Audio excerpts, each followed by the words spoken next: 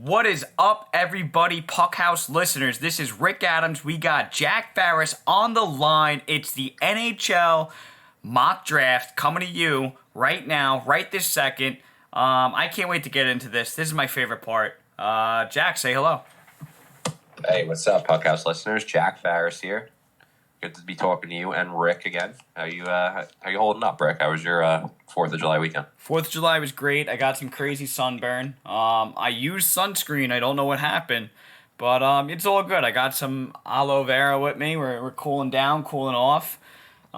Drinking some beers, and we're cooling down. We're cooling off. So I just can't wait to get through this work week. Can't wait for the Thursday night NHL Draft, and I'm just so excited, man. The off season's here.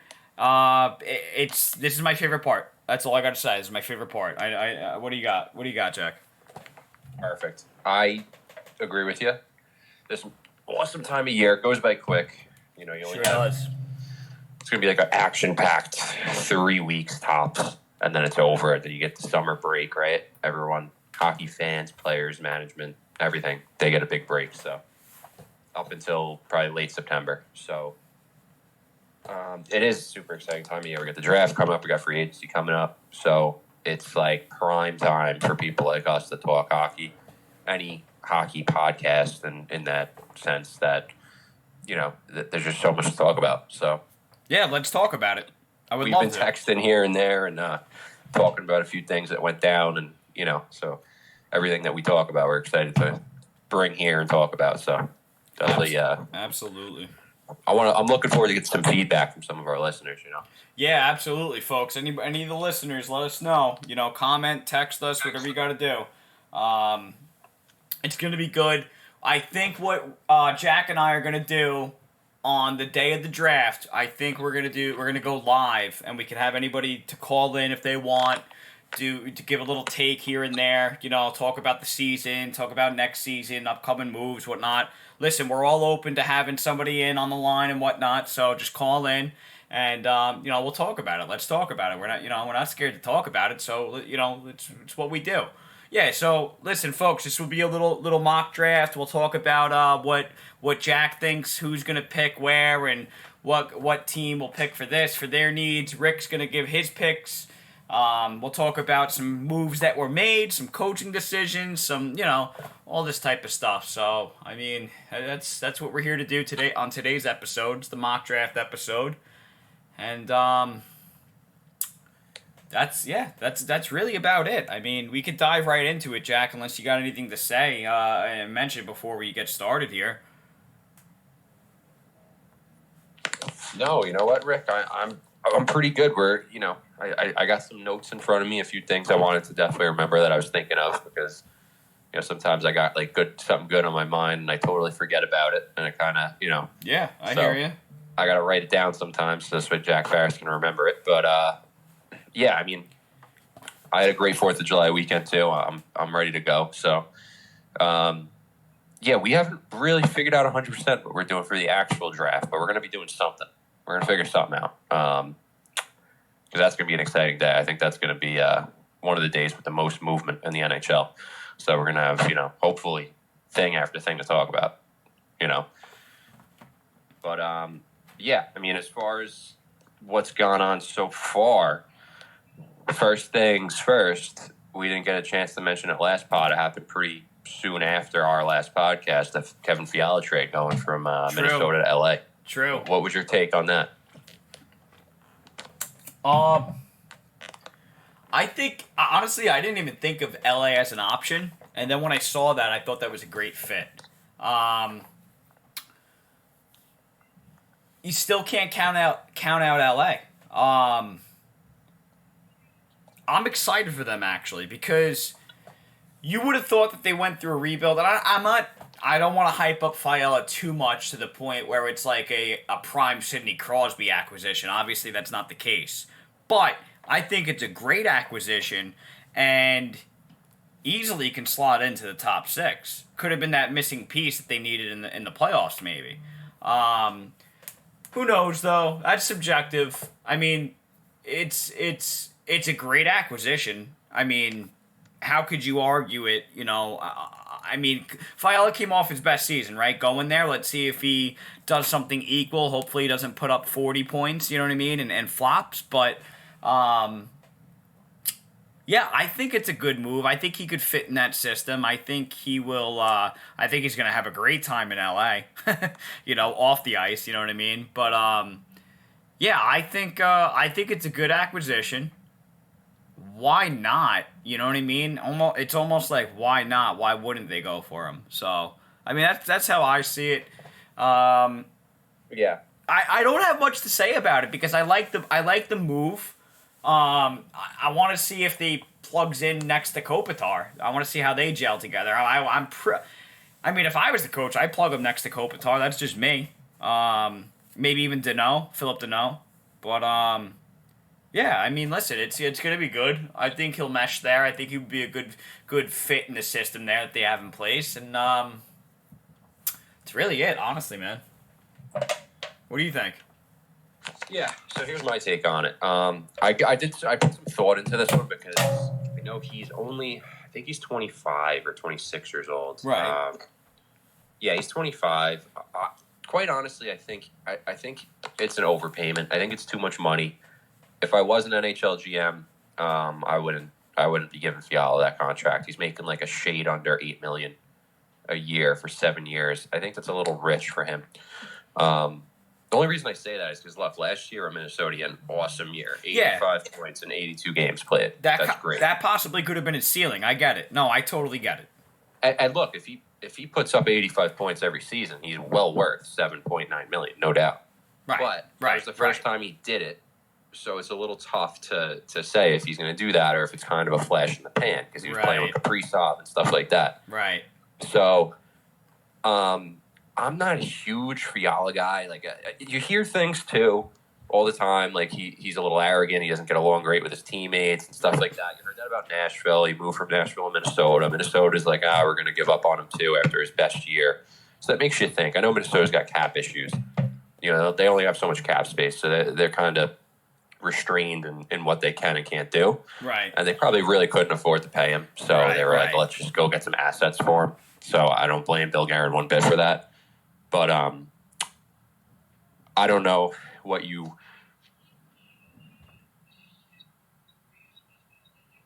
That's what's it called? I'm sorry, Rick. I got distracted here looking at his contract situation, the signing bonuses and whatnot. No, but that's it's a tough one because he's been through two teams. He's 25 now. He is in his prime. So you know what? I'm a little bit back and forth in this one. I think if he puts up 85 points consistently, he's well worth $7.9 million. Absolutely. But if it's a flash in the pan, I think LA is going to regret that contract in a few years. For sure. No, I think anybody could come to agreement with that. I just, you know what it is? I like his style of play. And when he's on a line with like Kopitar and Trevor Moore, I could just see that being a great line. Or if it's Deneau and Trevor Moore, Fiala. I don't know. I don't know. Like you said, listen, it could be an overpayment if he produces less than 60 points. You know what I mean? If it's at least 60 points and up, then it would be pretty solid, pretty good. Who knows? Is he a one-hit wonder? I don't know. It's definitely going to be interesting to see how that plays out.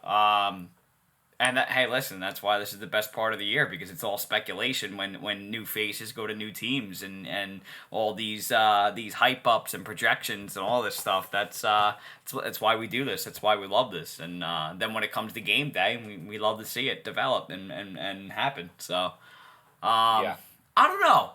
I do agree with the contract. Definitely is a bit of an overpayment, but like you said, if he does produce, then you look like fucking geniuses. Almost like with Kreider in a way. I remember when they first signed him, I'm just like, oh boy, that's a little bit of an overpayment now. And then he had a fucking spectacular year. So, it's who knows? It's all subjective. It's all subjective and perspective. And listen, as long as he produces, then you look like a genius. So, we'll see. We'll see how it plays out. Really, at the end of the day, it's all we can say. I think you know what though is I know I'm kind of repeating myself. I just like the fit. I like the fit a lot actually, and Yeah, I mean, not to cut you off, Rick, but I think the only difference I see when you just mentioned Chris Kreider getting that, the 7-year extension with the Rangers a couple years back. I just think a guy like Kreider has more tools in his toolbox. Oh, for sure. He's big, he's physical, he goes to the front of the net, and he could also fly around. He's a good, awesome skater. He's fast. He could score. So Fiala's fast. He's got a good shot, but he's not. I just feel like he's not an all-around awesome player. He's not going to play great defensively. He's not going to hit anyone really.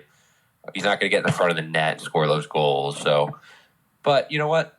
It's goals don't come easy in the NHL. So you get a guy that can score goals. You got to pay for it. But absolutely, that's the bottom line on that one. Not to galaxy brain this too much. I think if he continues putting up 80 points every season, it's a good trade and a good contract. But if he falls off and starts putting up 40 points and stuff like that, then it's like, maybe you should have stayed away from that one. But yeah, we'll see. I mean, listen, we'll see. Time will tell. That's all I have to say. Honestly, I like the fit, and at the end of the day, time's gonna tell. And I guess really we'll go from there. I just want to leave it at that because, like you said, you don't want to overthink it and go too into depth because, I mean, there's only so much to say. So 100%. Yeah, we'll see how it plays out.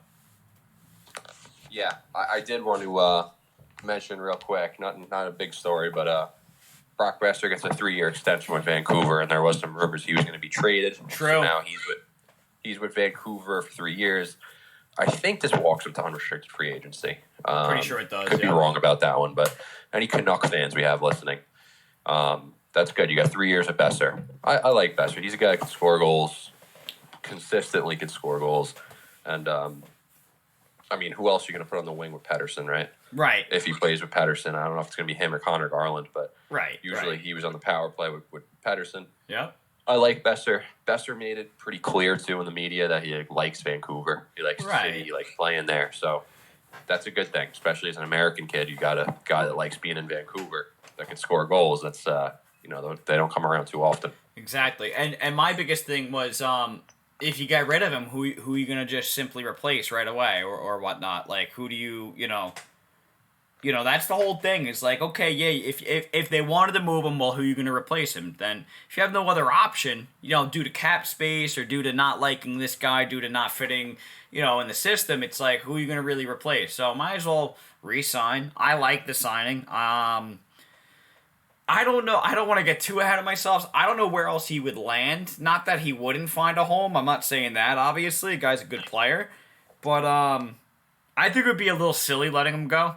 I think that would be very silly, actually. Not even a little silly. It's just because he produces. So why would you let him go? Yeah, I mean, he was an RFA, so he was a restricted free agent. So it's not like he was going to walk away to unrestricted free agency. Right. But still, you get him locked in 3 years. It's a good number, $6,650,000. So it fits into their cap, and they're going to have a couple good years with him. And if they can't reach an extension by the end of that third year, they'll be able to trade him for assets, Absolutely. Yeah, no, it'll be interesting how that plays out as well. I think he's a good enough player. As long as he stays healthy, he'll keep producing. He'll keep getting better. And really, that's about it, man. I mean, they gotta... what's funny, Jack? We never touched on Vancouver much because we focused on the playoffs and whatnot, and they were out and all that. Yeah. But they're an interesting team because... I feel like they have a good team on paper, minus the blue line, aside from Quinn Hughes. They were just outside of the playoffs. I mean, it's weird with them. They're a very weird team, and I don't know. I'm trying to think of a one word to describe them. It's kind of impossible right now since I'm on the spot, but I like Vancouver. I like Pettersson. I like Quinn Hughes a lot. I'm a fan of Brock Bozer. I can't even say his name right now, but is it Besser? Okay, great. Besser, Bozer, Besser, whatever. Potato, tomato, tomato. Listen, Thatcher. I like Thatcher Demko and Bo Horvat. I think he's a great centerman. I think he's a great two-way centerman. Absolutely. Yeah, I think Bo Horvat flies under the radar. Obviously, any Vancouver people listening, probably you guys know him well, obviously, but I think he's a real. I would love for the Rangers to have him. He's like a perfect second line center. Right. He got a good toolbox, good face off guy, can score goals. Looks like a good leader. Right. They should try to keep him. I don't know if his contract's up this year or if it's next year, but they should definitely try to keep Horvat in the fold for sure. I don't want to get too ahead of myself and about all these different players and whatnot, but I have a feeling a big breakout year for Elias Pettersson this year. This year coming up, I have a feeling he's going to take off. And if not, I think some moves might be made. As crazy as that sounds, and I hope you Canuck fans aren't freaking out, fucking punching your steering wheel, fucking losing it on me, but I could see them getting rid of him if he just completely, I don't know, I don't want to say completely dives and busts, but, and then, yeah, I get it, his value will go low and whatever, but I could see him being moved if he doesn't produce, so, but I think he will, though. I think he is a good player. I actually drafted him on our fantasy league we were in, and I was skeptical. I was a little like, I don't know. Then he started doing this and that. He wound up still putting up 20 goals in a season. I mean, if you still at least do a 20-goal season, you're still solid to me, young player, So I'm projecting a big year for him this upcoming season. So that's just my take right there. But yeah, here's my quick thing about Vancouver, just to kind of give a rundown of their teams. Since we're already on the topic. I think Thatcher Demko is going to be a really good goalie. Me too. I think if you have your goalie situation figured out, that's a big step. Yeah. In the obstacle course of building an NHL team, if you have a good young goalie, that's a huge step. I think if you have Horvat, Pettersson, Besser, Garland, I don't know what's happening with JT Miller. I don't know if they're going to trade him, if they're going to extend him, if they're going to keep him for this year and let him go to free agency. Who knows? But he's an awesome player. They weren't able to get it done last year, obviously, but I think if Demko takes another step, we all know how good Quinn Hughes is. I think where their detriment is on the blue line. Because aside from Quinn Hughes, they don't really have any great defensemen besides Quinn Hughes. Right. Tyler Myers isn't bad. Big defense. He's paid a lot of money, but he's like a little bit past his prime now. He's big cap hit. I don't know if he's not the player he used to be, but I think they got to work on their blue line. They got to do something about their blue line if they want to be a competitive team again. That's my opinion. Yeah, I mean, blue line is pretty big deal. I mean, look at Colorado, look at teams like Tampa, it's a big deal. Yeah. So, we'll see. We'll see how that plays out. We'll be talking about them more this summer. No, we will. Like you said, we really just didn't speak about them a whole lot yet, just because we're so focused on Tampa, Colorado, and all the teams in the playoffs. But they're an interesting team, and I think the big question mark for them right now is what they're doing with JT Miller. Yeah, that's very true. It's very, very true. But we'll find out soon enough. That's for sure. Absolutely. Just to kind of get into some quick things here. Jim Montgomery, coach of Boston. He was with Dallas for a while. Then he was with St. Louis as an assistant. I guess the Bruins management liked him because his name kind of came out of nowhere. Right. And they replaced Bruce Cassidy with him. I don't know if you know a lot about this guy or if you got any comments to make on him. But if not, we could move on. But I actually don't. I don't know much of him. The name sounds very familiar. I definitely heard of the name. You said he was with Dallas beforehand?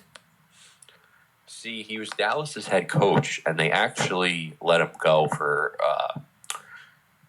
he was having issues. I believe, if you look it up, I don't want to, tarnish the guy's name. He was having drug or alcohol issues or something like that. Dallas let him go, but he was actually doing a good job with Dallas. So I guess he figured out his life and turned it around because he was with St. Louis for a bit as an assistant coach after that. Right. And now the Bruins seeked him out, and he interviewed with the Bruins, and the Bruins signed him to a 3-year deal to be the head coach. Do you know what years he was? Do you know what years he was with Dallas? Was it like 2015ish, or was it when he was with the Cup? What the Cup run? I think it was. I don't know if it was the Cup run. Honestly, it might have been before COVID, or maybe the year of COVID when it started. Okay. I was thinking earlier, Good like question. 2015ish. I don't know why. The name sounds familiar. I definitely heard of the name. No, I definitely don't know much about him, so I really don't have much to say. I think he's in for a tough job, especially right off the bat. Because I think the Bruins, they're gonna have some trouble. Yeah. And the reason they're gonna have some trouble is Charlie McAvoy's out until I heard like Christmas time. He had, I believe, shoulder surgery. Brad Marchand's going to be out for about the same amount of time. I think Matt Grzelcyk, the defenseman on the Bruins, I think he's hurt too. They have a lot of issues going on with injuries. Right. So they're, that's tough. I don't know what they do in free agency. I have a few things like that I think they may do.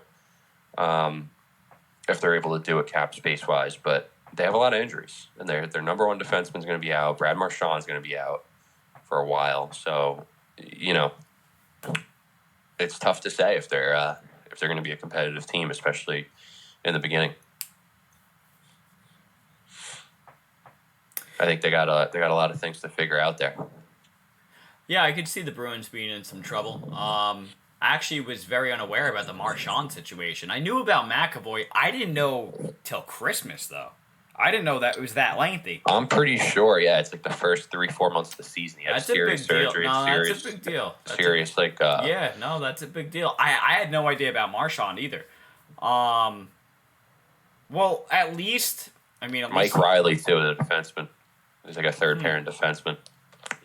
He's hurt, too. I believe he had shoulder surgery as well. Right. So, we'll say. I haven't done my homework on the Bruins, honestly, at all this offseason or anything. And we'll get into that after the draft, post-draft. We'll do our maybe we'll do like 5 teams to focus on, each episode after the draft and free agency. Once the teams and rosters are situated, we'll go through, all the teams, what we think, predictions, projections, all that stuff. Actually, that's it. Like, I feel like it's funny, even though they were in the playoffs, like, we didn't touch on the Canucks. I feel like we didn't touch on the Bruins at all. Well, I think we spoke about them a little bit after their series with Carolina, when Carolina beat them. But true.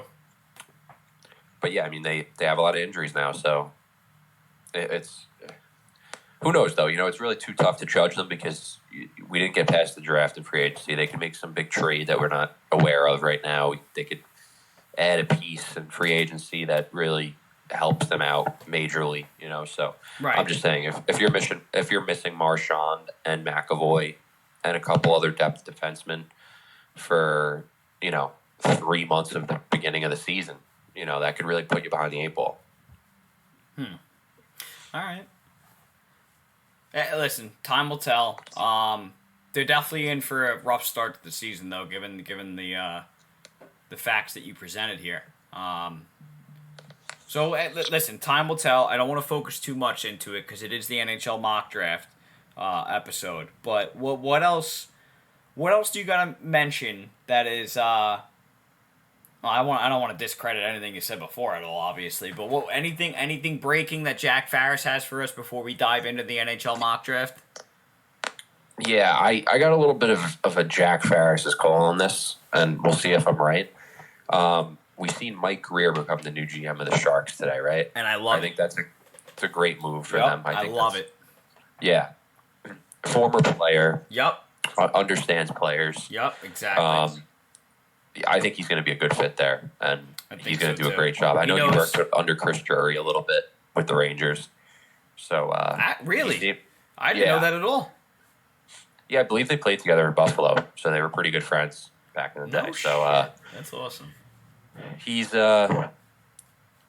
got a tough job ahead of him because if you look at San Jose Sharks fans know. Sharks fans, I'm sorry. I think San Jose is one of the biggest mess. And not to cut you off, Jack, but I think I said it, whether it was on a podcast earlier in the episodes or I said it to you one-on-one privately or through text or whatever or a phone call, I think you're going to see San Jose the next bottoms feeder of next season. And I'm not saying I think the Coyotes will progress that much to that point, but it wouldn't shock me if San Jose is completely last and gets the first overall pick in the 2023 draft. It just wouldn't shock me because you got two bad contracts with Carlson and Brent Burns.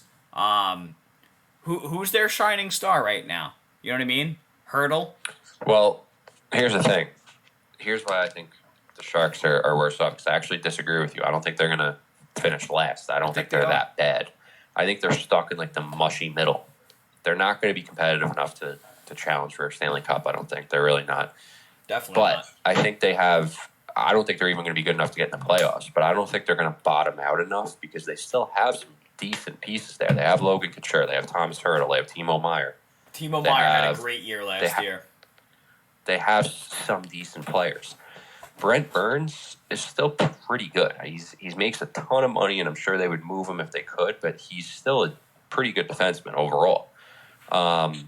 They have Burns. They have Erik Karlsson that's often injured, making like $11.5 million. Right. I don't think you'll be able to move that contract. They're in cap issues. I can't see. Sorry. Go ahead. Sorry. I can't see anyone wanting that contract, even if they like Karlsson. Exactly. Because how do you justify putting $11.5 million on your books for the next 5 years? Yeah, he's not Matthews. You know, he's always hurt. Yeah, he's always hurt. He makes a lot of money, and he's not the Erik Karlsson he was, 4 or 5 years ago with the Ottawa Senators in his prime. So they're in for, I don't know if it's a possibility they buy Karlsson out. Is that possible? Does that make sense money wise for them? Will they save a lot of cap space? I don't know. I think they're going to need cap space to make moves. They also have Marc-Edouard Vlasic making $7 million for another 4 years. Right. They have some bad contracts. They don't really have a good goalie. They don't have any shining prospects coming up to kind of turn the team around. He's going to have some work to do. There's no doubt, but time will tell what he does. He may do something that really shocks us. Maybe he buys Karlsson out. Maybe he's able to trade Burns. You never know. True. Or he does something else. These GMs have their ways of and their strategies of doing certain things. But one thing I was going to call, especially if they start making moves and adding young players to their lineup and getting rid of some of these older guys on big contracts, I think David Quinn's going to be the next coach of the San Jose Sharks. The former Rangers coach.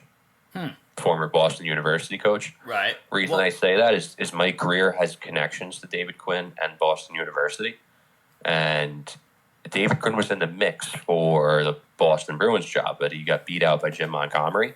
Right. He still wants to coach in the NHL. I think, a lot of Rangers fans don't really like Quinn. I was just going to ask you.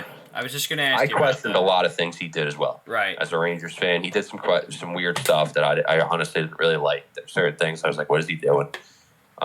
He was kind of trying to run a NHL team like a college team, and it's two different things at the end of the day. But I think, everything you do in life comes with experience, right? So maybe I still think Quinn's a good, smart hockey mind. Right. And maybe he sees the mistakes he made in New York and he's able to fix them. Yeah. But that wouldn't shock me one bit if they hire David Quinn as the head coach of the Sharks. Now, you're just saying that because is he friendly with Mike Greer, knows him from the past and whatnot? What's the history between that?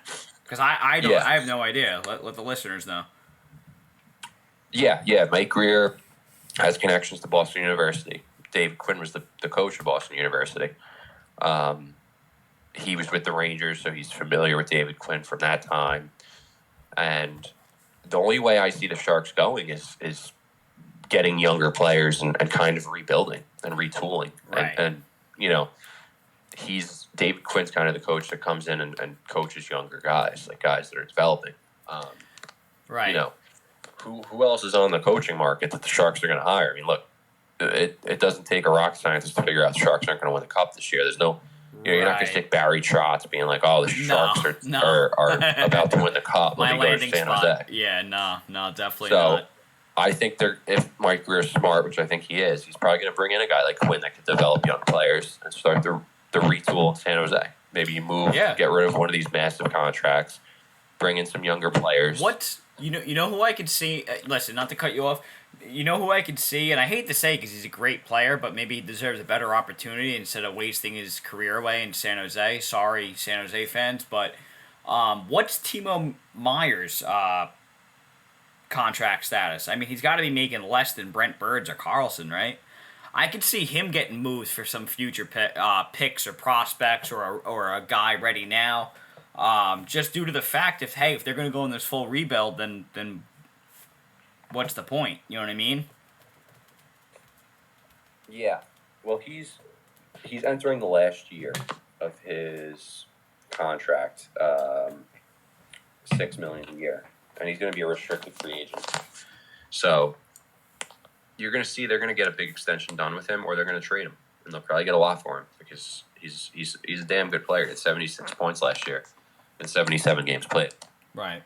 35 goals. I mean, guy's a good player, no doubt. So they're either going to give him kind of the money he wants in a sense and lock him in and build around him in a sense because he's only, 26 years old, I think? 25, actually. So he's in his prime. So it would make sense for them to extend him long term. But if they don't and they trade him, I'm sure they're going to get a lot for him. You're going to have teams lining up to trade for that guy. So, yeah, we'll see what happens there. It's interesting. Sharks are kind of an interesting team to see what they do. Hell yeah. But, yeah, to move on from the Sharks, we won't spend too much time with them. We'll watch out for who they hire as coach and what they do with the draft trade-wise or free agency-wise. But just a couple quick things I want to touch on before we jump into the draft. DeBrincat. Everyone's saying this guy's getting traded. Everyone's saying, it's more likely he gets traded than not. People are saying Philly. Yeah, I heard that. Yep. A lot of people are saying Philly. I have two things to throw out there, and they're in the same division as Philly, that I think DeBrincat could go to. One of them, the Jersey. I don't know why I could see him going to Jersey. I could see him going to Jersey because, number one, they have the cap space. Yep. They'll be able to extend him. And I think Jersey's ready to take a step. They've been bad for years now, and they've accumulated a lot of young picks, a lot of young prospects, a lot of quality prospects. And I think they're trying to take a step here and maybe challenge for a playoff spot. So you add DeBrincat to the wing of Jack Hughes and Nico Hischier. That's really, that's stepping up your team quite a bit. 100%. 100%. Guy's a 40-goal scorer, I mean, I think they would have to trade that second overall pick, no doubt. I don't see what else you're offering. But which I don't know if they want to do that. That's the whole thing. Yeah, we'll see. I mean, I heard the Flyers. I heard the Devils. I heard he might stay. I heard even stuff about the Kraken. I've heard stuff I heard him going to Blue Jackets. I heard him, there's rumors all over the place. The top two I've heard was Flyers and the Devils, like you mentioned about the Devils. I don't think it would be a 1-for-1, swap, the second overall into DeBrincat. I think it would be a second overall, a ready player, and a prospect. And rightfully so, honestly, because DeBrincat has produced. And yeah, you give him his smaller stature and whatnot, but the guy, he produces. He's a goal scorer. So, and he's fast as fuck. So, I don't think that's too much to cough up for him. But I don't know if the Devils want to do that. So 40 goals. Here's another team. I think they would, but it depends on who they give up that's NHL now ready. You know what I mean? But go ahead, Jack. Go ahead. Here's another team that I could see him going to. Your New York Islanders, Rick. Really? Reason I say this, they got about $12 million in cap space. He's coming in at like 6.4 in the last year of his contract. Lou Lamoriello is a quiet GM. You don't hear much about him. He's not telling the media anything, right? True. So, very true. Yep. Under the radar. I could see the Islanders giving a first in Wallstrom and maybe like another prospect for DeBrincat. Once you said I don't know if it gets it done. Once you said Wallstrom, that hurts me. It does, but I think that's the only way you get DeBrincat. And at least DeBrincat's coming in his prime and he's going to put up 40 goals a year. Hear me out with Wallstrom real quick since we're on this topic. I don't think Trotz gave him a fair shot. I think Wahlstrom is such a skilled forward. It almost reminds me of what Garth Snow and Nino Niederreiter, and I know those are two different complete players. And it's kind of like a Ho-Sang thing, and I know Ho-Sang had a attitude thing and all this other shit, and he woke up late for like practice and just I get that stuff, but I'm just saying, given a fair shot type of deal. I know Ho-Sang kind of made his own choices and did whatever, but I don't think Trotz gave Wahlstrom a fair shot. I think with the new coach involved, I think he's going to get top 6 minutes. I don't think he's going to be scratched for fucking majority of the games. I think we're going to see Wahlstrom get some real playing time and finally see what he's all about. Me personally, if I was Lou Lamoriello, I wouldn't give up Wahlstrom for DeBrincat. Yes, I know DeBrincat has proven himself and Wahlstrom has something to prove, but honestly, anybody else but Wahlstrom. Only because he's young and he has a he has high potential to be great. So if they told me they were going to get rid of fucking Pajot, if I can't pronounce his fucking name, JP Pajot, I wouldn't be upset. You know what I mean? Right. A first and Pajot. A first and I don't even want to say Nelson because Nelson came off his best year ever. But and that's not what Chicago's looking for. Chicago's looking to rebuild. If they're getting ready to break it, they're not bringing in Nelson, a veteran, on a long-term contract. They want picks. They want prospects. Yeah, that's they're not Chicago bringing wants. in exactly. They're not. No, you're right. You got to be realistic. They're not bringing in fucking Josh Bailey. Of course not. But Wahlstrom would be tough to let go because I actually like Wahlstrom a lot. I'm a big fan of his. And this past season with the Islanders, it was so frustrating to see him healthy scratched a lot and this and that. And I'm just like, what the fuck? You know what I mean?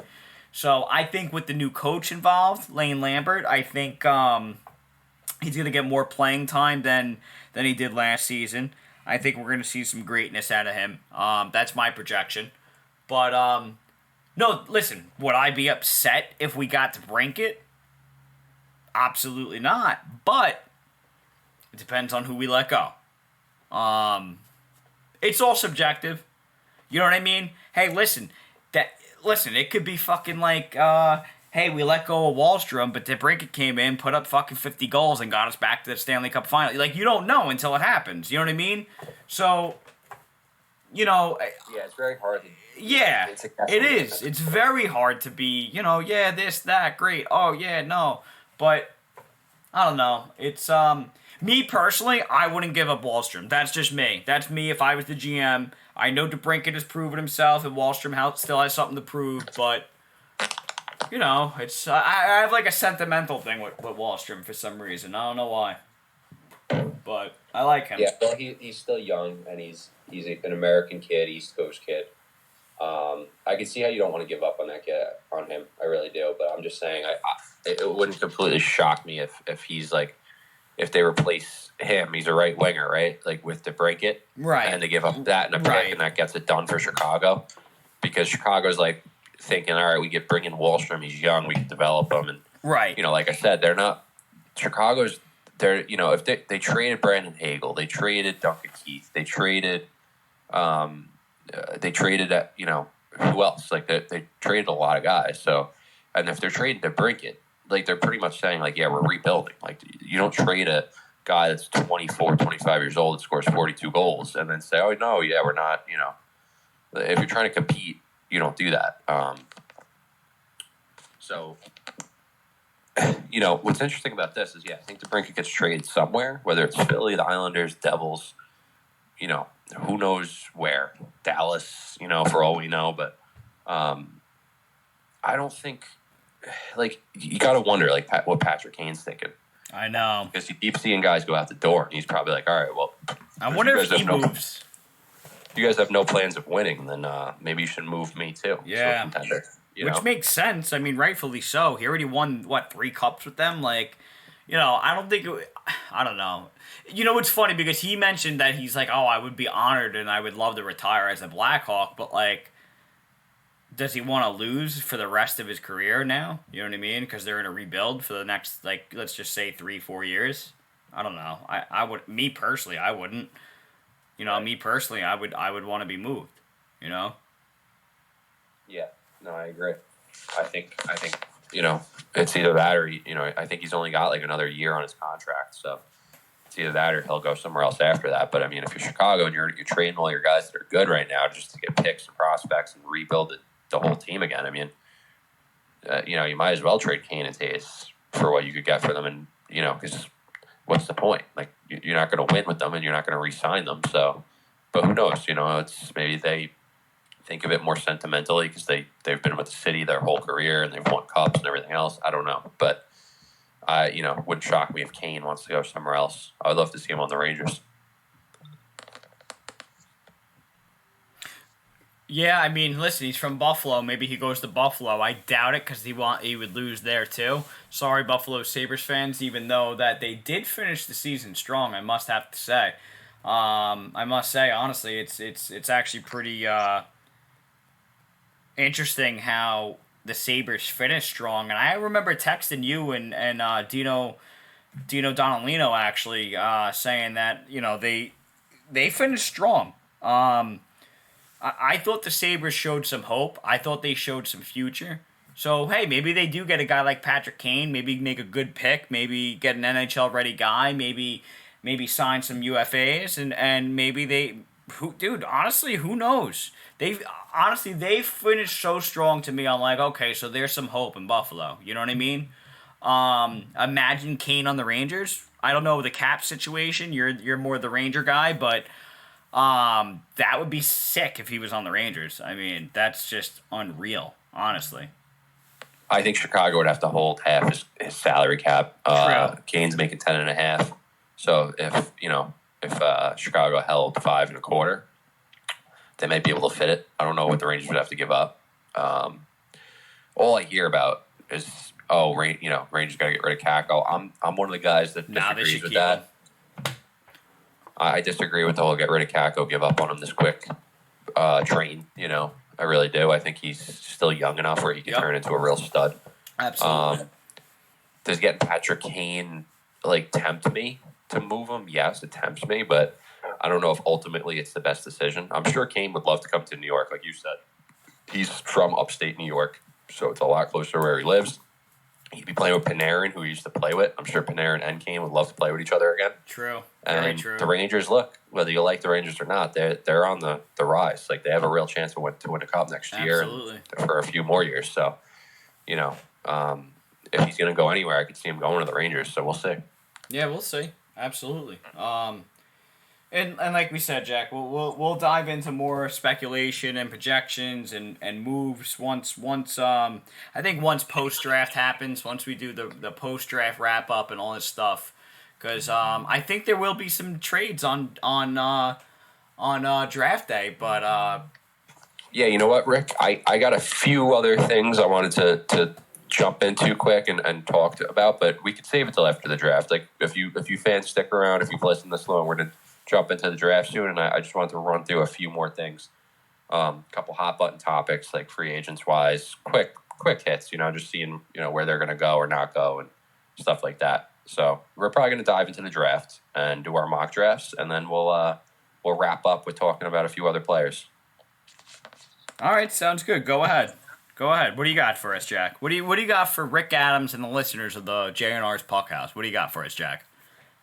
Well, as far as the draft goes, or is these hot button topics? We'll dive into them. Why not? Real quick. If it's going to be real quick, let's talk about it real quick. So, I mean, we got the obvious ones. We talked about the Brinket already. Okay. We didn't dive into the McDonough going to Nashville trade. Tampa frees up. Yes, actually, McDonough. I would love to talk about that real quick. Go ahead. What do you got for us?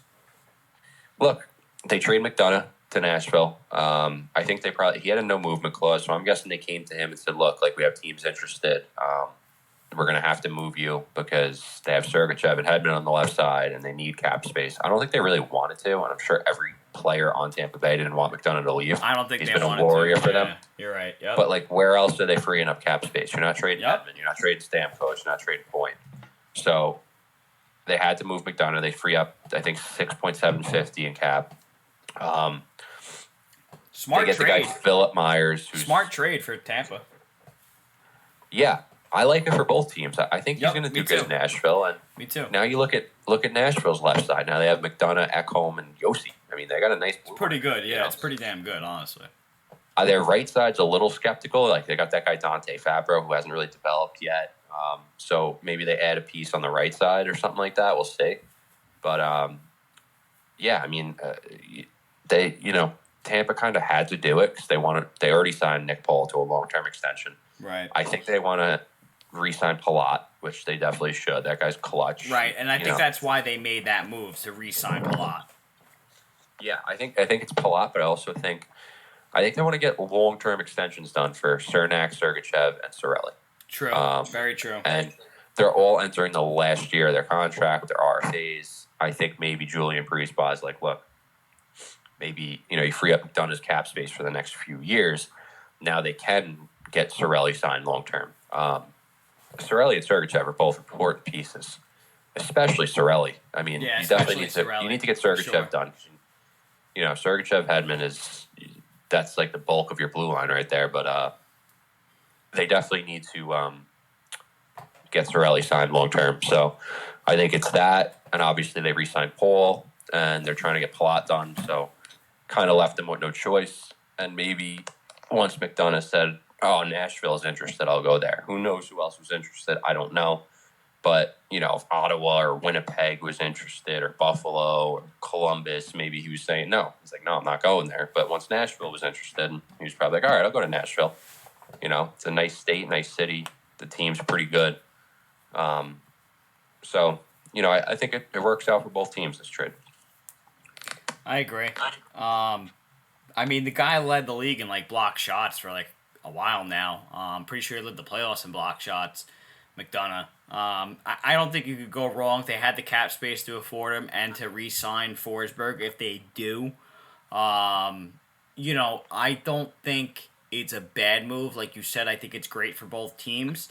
I think it's great for Tampa specifically, given the fact that they get rid of him and most likely sign Palat. That's about it, really. I don't know much about the acquisitions they brought in, about, what was it, Philip Myers and whatnot. But he's not making a lot of money. He's a right-hand shot D-man. Right. He didn't work. Philly traded him to Nashville in that Ryan Ellis trade, and then he didn't really work out in Nashville, so we'll see what happens with him. I wouldn't be shocked if he goes to Tampa and plays pretty well. It's Tampa, right? But we'll see what happens with him. But at least they get a defenseman back. Right, exactly. Maybe could fill that spot and whatnot. All right. Well, I'm going to run through a few other things I just wanted to touch on before the draft, because I know I've been rambling on here, and I know the listeners are probably interested in hearing about the draft. Yeah, I know. They're probably fucking freaking out. They're like, let's go. I'm going to fast forward this shit, you fuck faces. Yeah, I know. Jack Farris is in a talking mood, so this might be like a 2-hour podcast. But no, I'm going to run through this stuff real quick. Toronto, Jack Campbell, they need to figure out their goalie situation. They don't have a ton of cap space. Yes. He's not signed yet. Yep. Jack Farris calls it now. I don't think Toronto gets a deal done with him. I think he's a Detroit Red Wing come this summer. Ooh, I love that. I love that. Wow. Yeah. Wow, I love that. Holy shit. Well, let me ask you this. Do they move... oh, boy. Here's a butcher. Here's a Rick Adams butcher right here. Nekladovich? What's his name? Did they move him? I don't think they have to. They have cap space, and I think Campbell's a Michigan kid. I don't know if Nedeljkovic is the answer. I could see him going to the Red Wings. I think the Red Wings are trying to be more competitive, and they'll offer more money in Toronto. I heard rumors about them moving Larkin or Patuzzi. What do you think about that, real quick, since we're on the topic of them? I don't think so. I don't think so unless, either. Like, a really good offer comes along. Steve Eisman's a smart guy. He's not just going to give those guys away. Agreed. Agreed. He's very calculated. So, if they do move Bertuzzi, maybe if they can't read, he's still under contract for another year, so he doesn't have to move him. Right. But if he decides maybe he doesn't see him in the long-term plans, I'm sure he could get a lot for Bertuzzi. Bertuzzi's a good player, and a lot of teams would probably like him. So, especially with the way he plays, he'd be good in the playoffs too. But we'll see what happens. Detroit's a very interesting team. I'm super intrigued to see what they do, because I think they have some nice pieces there. They got nice prospects, but I also think it's kind of time for them to take a step and get more competitive. And I think adding a guy like Campbell, Andrew Kopp's another guy I could see going to Detroit. I would love for the Rangers to keep him. I don't think they can afford him. Kopp's a Michigan guy, and Detroit needs centerman, and I think Eisman will probably offer a cop more money than Chris Drury's going to offer. So I just wanted to throw that out there, so we'll see where that goes. The other guys I want to talk about quick, Philip Forsberg. He's not signed with Nashville yet. I do think he stays in Nashville. I think this is going to go into free agency or whatever, maybe up until the last moment. But I do think he winds up being a Predator. Nashville's the only team that could offer him 8 years. Nashville's a good income tax state. So I think that, he's going to make the most money staying in Nashville. So if Nashville's offering him, say, $8 million a year, even if he went to market and got $9 million a year from like Seattle for 7 years, like he'd still make more money staying in Nashville. And right. Nashville's a pretty good competitive team, so why wouldn't you want to stay there? I think he stays in Nashville ultimately. Letang, Malkin on Pittsburgh, that's a tough one. I think if Pittsburgh wants to be competitive still and take another run at it, they have to get Letang done. He eats a lot of minutes. Yeah, he's a really good defenseman. I don't think you're not replacing him. I mean, Pittsburgh's blue line already is kind of like, lacking a little bit. Right. I think if you let Letang walk, it's you might as well start rebuilding, because if you let Letang and Malkin walk, you might as well start rebuilding, because they need Letang. He's a lot of minutes. He's a power play quarterback. They definitely need Letang. No, they definitely Malkin, do. I don't know what's going on with Malkin. He's going to probably have to make a decision. Pittsburgh probably doesn't have a ton of cap space, but they have enough. I think they definitely have enough to sign Malkin and Letang. Absolutely. So I think they need to get both of those guys done if they want to have a competitive year. Unless Malkin's thinking differently and saying, "Hey, I'll go play in LA," or maybe the Rangers, or maybe the Panthers. I don't know if Panthers have cap space for him, but unless Malkin's thinking differently. But if he wants to be a Penguin, he'll probably have to take a fair contract and get it done. I've heard Vincent Trocheck's name around, like he's a Pittsburgh guy, and I don't know if him and Carolina are going to work out a long-term extension. So you could see Trocheck maybe going to Pittsburgh. I've heard him maybe going to Boston. Who knows? I don't know if Pittsburgh will have the cap space for it. I think Trocheck would probably fit in really good in Pittsburgh. If you have him instead of Jeff Carter on the third line, I don't know. We'll see what happens. They may not have the cap space to get all that done, but they definitely need to get Letang done. That should be their priority. So we'll see where that goes. Johnny Gaudreau, I think he's gone. I don't think he's on the Calgary Flames anymore. I think if he wanted to be a Calgary Flame his whole career, he would have got it done already. Calgary's probably going to give him 8 years and whatever money he wants, because he's their best player. Yep. And he would have taken it already. I think he wants to go to free agency and see what's out there. And he's definitely going to test. Definitely going to test. I agree. I don't think he's going to be a Calgary Flame. But yeah, he definitely is going to test. Like you said, if he wanted to be a Calgary Flame, he would have just signed already. You're absolutely right. Yeah, it's not like Calgary's not willing to pay him. Right, exactly. They're willing to pay him, give him the 8 years, and he probably wants to see what's out there. Is there a possibility he lands in Philly or New Jersey or maybe Boston or something like that? Maybe even the Islanders. Maybe he wants to be in the East Coast. It's possible. So we'll see what happens there. That's definitely an interesting one, because it's a weird one. Because I think he's gone. I was going to say maybe he stays in Calgary, but I think if his ultimate plan was just to make the most money possible and be a Calgary Flame, he could ask Calgary for $10 million a year for 8 years, and they'd give it to him, and he would have been signed already. So absolutely. I think he goes to market for sure. We talked about Forsberg already. Claude Giroux. I wonder if Florida's able to keep him. I don't know if they have the cap space. If not, I wonder if he goes to Ottawa, because he's from there. I wonder if he signs with Ottawa. Ottawa's kind of on the up and up. They're starting to get better. They got some good young players there, and he's from Ottawa. Maybe he could kind of be a leader for guys like Kachuk and Batherson and Norris and all those guys. And I'm sure Ottawa could offer him more money than Florida can. And obviously, you're getting taxed way more in Ottawa than you would in Florida. But still, if Ottawa could offer him 3-4 years, $6-7 million, and Florida could only offer him 3 or 4, he's probably going to go to Ottawa. So we'll see what happens there. The only other thing I really wanted to touch on was, like I said, I think you got to watch out for Detroit. I think they're gonna make some moves, some savvy moves. The Rangers, what are they doing at number 2 center? People are saying maybe Kadri. I don't see that happening. He's asking for $8 million. I heard he's asking for like $9.5 million. I like Kadri. I love the way he plays. He played awesome in the playoffs. I don't want the Rangers giving 32-year-old Kadri $9.5 million. For No 5, way. 6 years. He's worth 6.57 at most. I'm sorry. Yeah, and I like him as a player, I really do. But I don't want to go down that road as a Ranger. No way. No way. Absolutely not. Sorry. And I like Kadri too. He's not worth that. I'm sorry. Not a 32. What you said? 31, 32 years old. Yeah. There's no way. There's no way. I'm sorry. Few things, Carolina. I read from Elliot Friedman. The Hurricanes are giving Tony DeAngelo permission to talk to other teams. Saw that. I think they're crazy. I think they are too.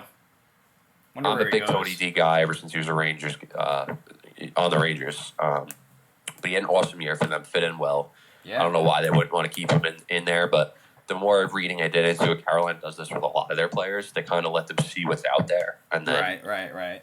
You know, maybe Carolina knows that no one's really going to offer him a huge deal because a lot of teams are restrained cap wise. So maybe he'll get the long term extension in Carolina. If not, I mean, I think he'd fit in pretty much anywhere. I mean, Philly, the Islanders, Nashville, even. You know, absolutely. Anyone that needs a right-handed shot puck moving D-man, which a lot of teams are looking for, he's going to get paid. It's just a matter of what team and when.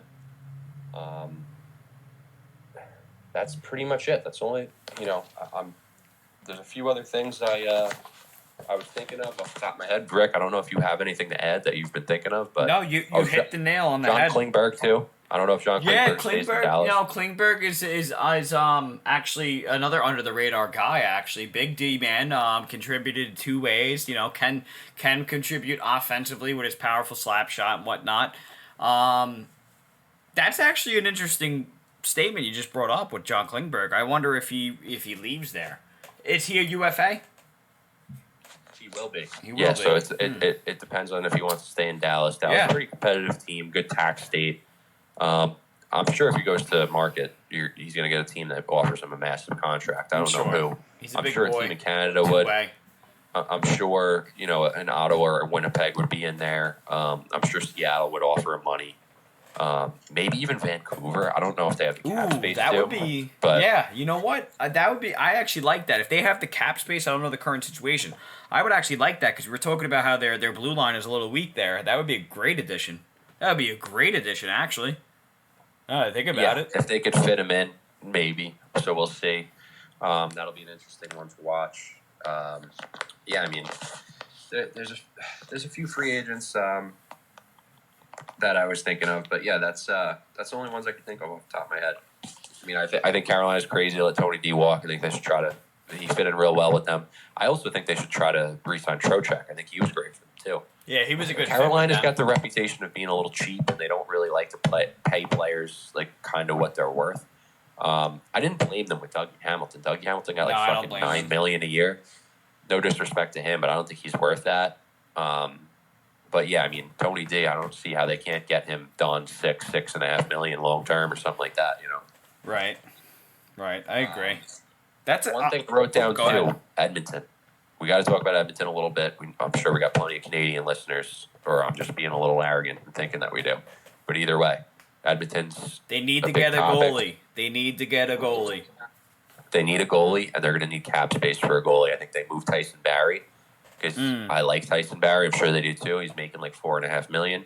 Frees up a little cap space, then they can go out and pay a goalie. I don't know who. Maybe they make a trade. But I think they're going to move Barrie, get an asset for Barrie, and then go out and sign a goalie. I don't know who's going to be available exactly, who they could go after. Maybe they try to pursue Jack Campbell. I mean, I'm sure Campbell would rather go to Detroit, but if that doesn't work out, I can see him going to Edmonton. Well, let me ask you this. If they don't move Barrie, right, let's just say they like them. They like him. They have some attachment. Who else? Because I heard Jesse Puljujarvi.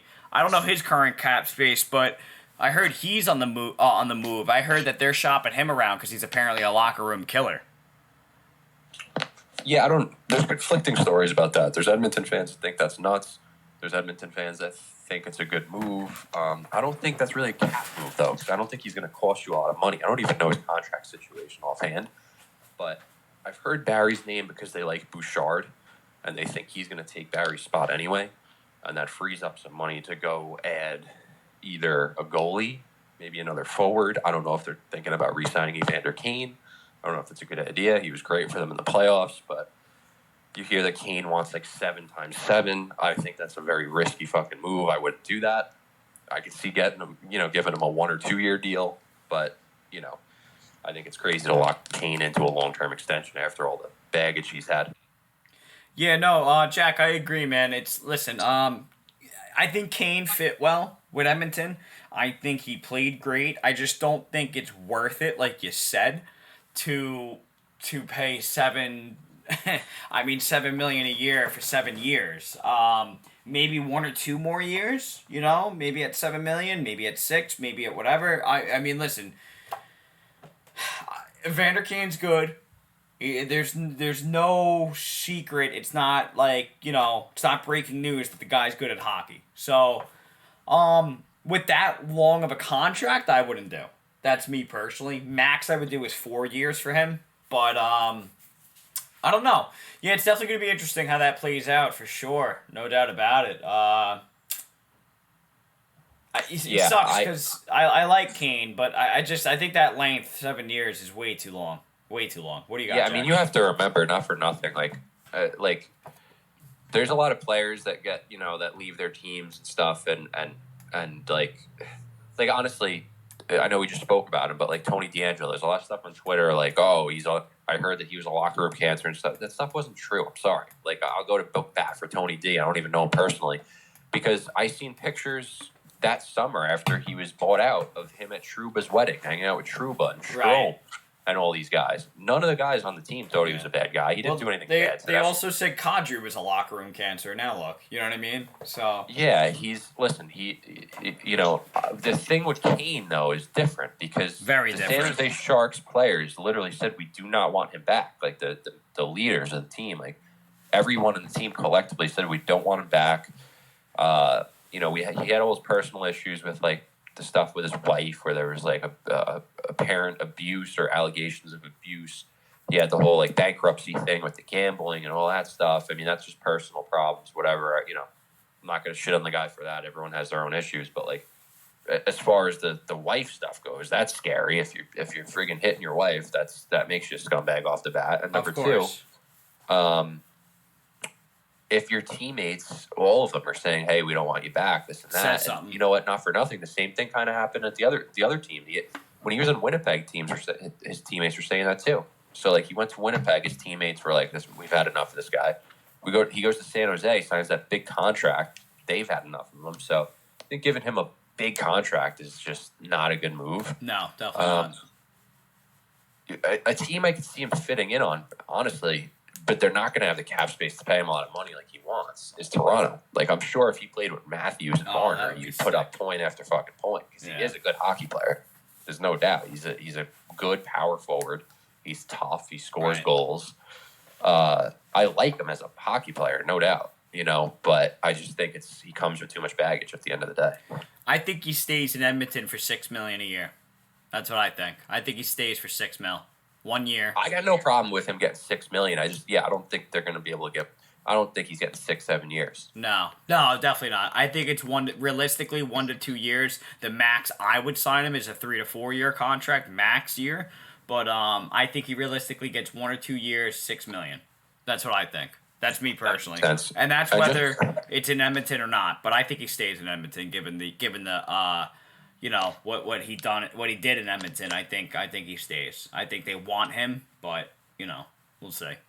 Money talks. And real quick, while we're on the topic of Edmonton, what do you think they can do goalie wise? I mean, I don't know who's out there exactly besides Jack Campbell. If I'm not mistaken, I do remember hearing Fleury voice that he doesn't want to go there. If I'm not mistaken. Probably not, yeah. I don't know. I mean, I said it before playoffs that Edmonton's a goalie away. I mean, listen, they're already pretty. They're like elite. They're elite. They're a goalie away from being like, I think, a top 5 team in the NHL. Honestly, I mean, given their forwards and given their decor, I think that they are a goaltender, like a really good goaltender. Whether it's Jack Campbell, a Fleury. a guy like Freddie Anderson, a guy like Shesterkin, a guy like Sorokin. I think they're a goalie away from that, that level of play to being a top 5 team in the league. They need an anchor in net, One guy I wonder about if he would want to go, and I don't know his movement clause, and I guarantee you if he has no trade clause, he's not going to waive it to go to Edmonton.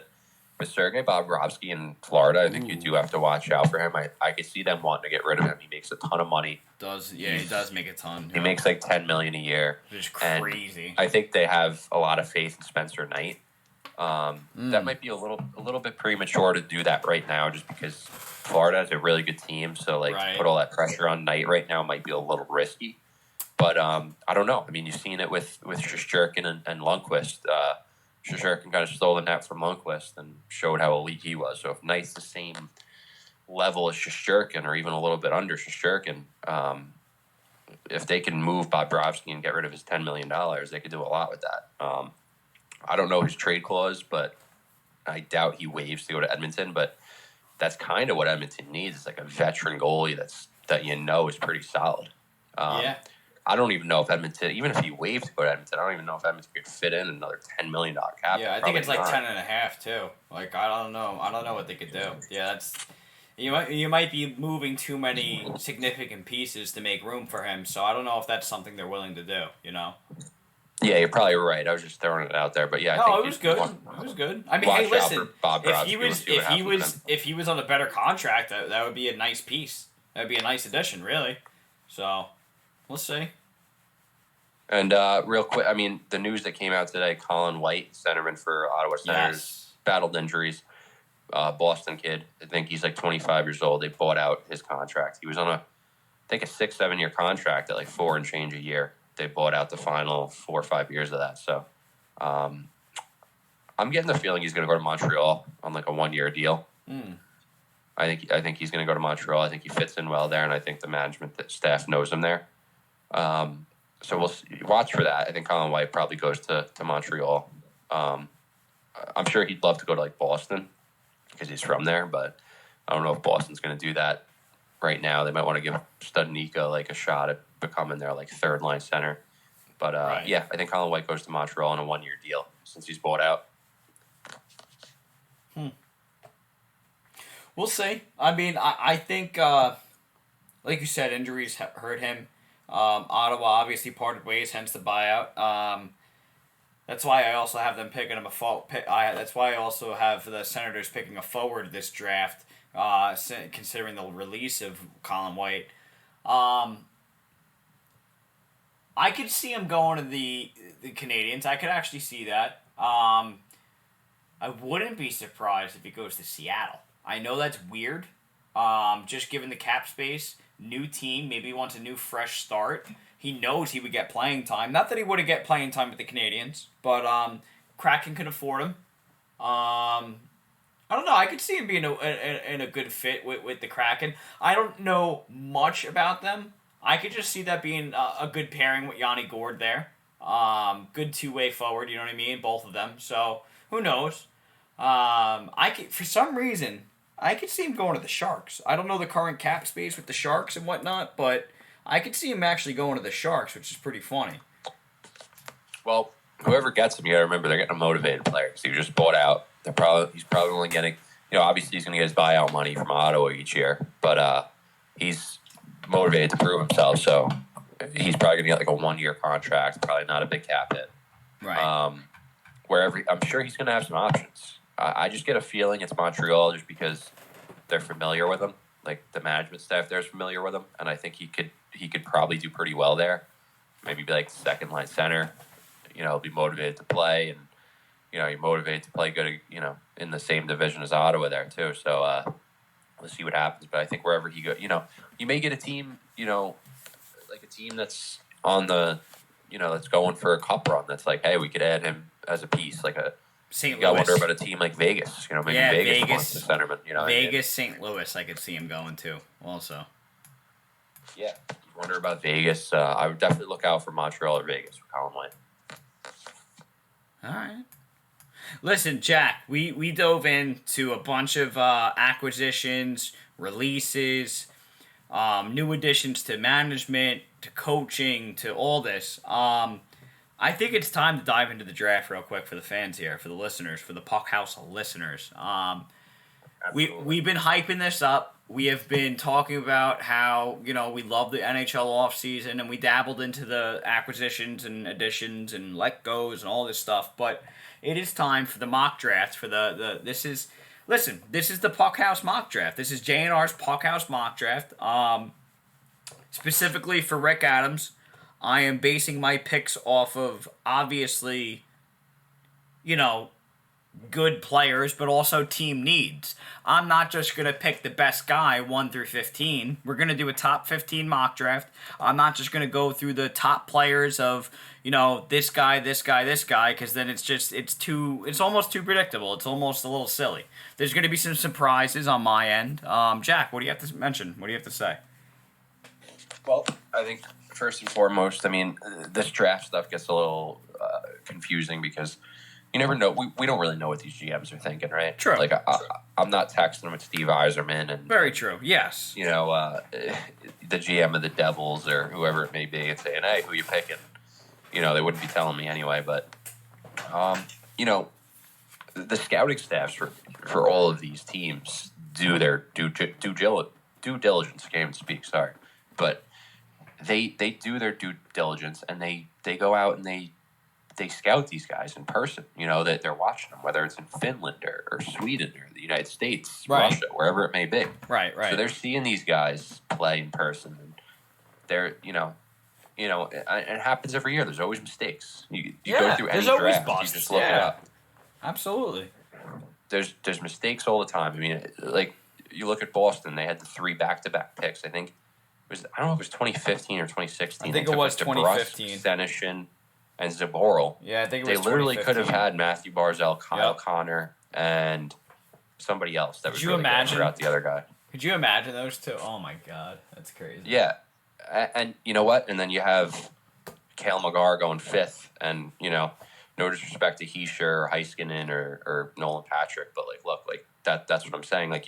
Those were the projected picks, and they were wrong. So I think when it comes down to it, it's really the guys that are really putting in the dirty work and going to the games and watching them, and they know hockey in and out, and they're watching these guys play. They're watching them develop. They're watching for certain skill sets and certain tools that these guys have. So, me and you could sit here, and I've done my research, but I haven't seen these guys play in person. So I put together a little list just based off the research I did. I read some articles and whatever it may be. But exactly. It's interesting, though, because sometimes you watch, some clips of these guys and you read about them and you kind of wow, this is the guy that should go to this team. It fits. And then sometimes you're right. And then sometimes they go way off board and you're like, whoa, what happened there? Exactly. And sometimes that works out and sometimes it doesn't. An example of where it worked out, look at Detroit, the year that they drafted Moritz Seider. Most teams were like, what the hell is Yzerman doing? They should have went with this guy. Well, he knew what he was doing because Seider is a lot better than whatever player that TSN said that he should have picked. Right. You know what I mean? So, but I put together my mock draft for the top 15. I did a little research, so me and you could go through it. Yeah. If you want to go first, I'll go after you. Yeah. And then, if any listeners have feedback on the prospects, feel free to reach out and let us know. Absolutely. Yeah, Jack, no, absolutely. I'll start it off. That's not a problem by any means. Listen, folks, this is our mock draft. This is what we see. This is what we think good fits on each team. Me and Jack are not going to have the same picks. There's Rick's picks, there's Jack's picks. This is why we do this.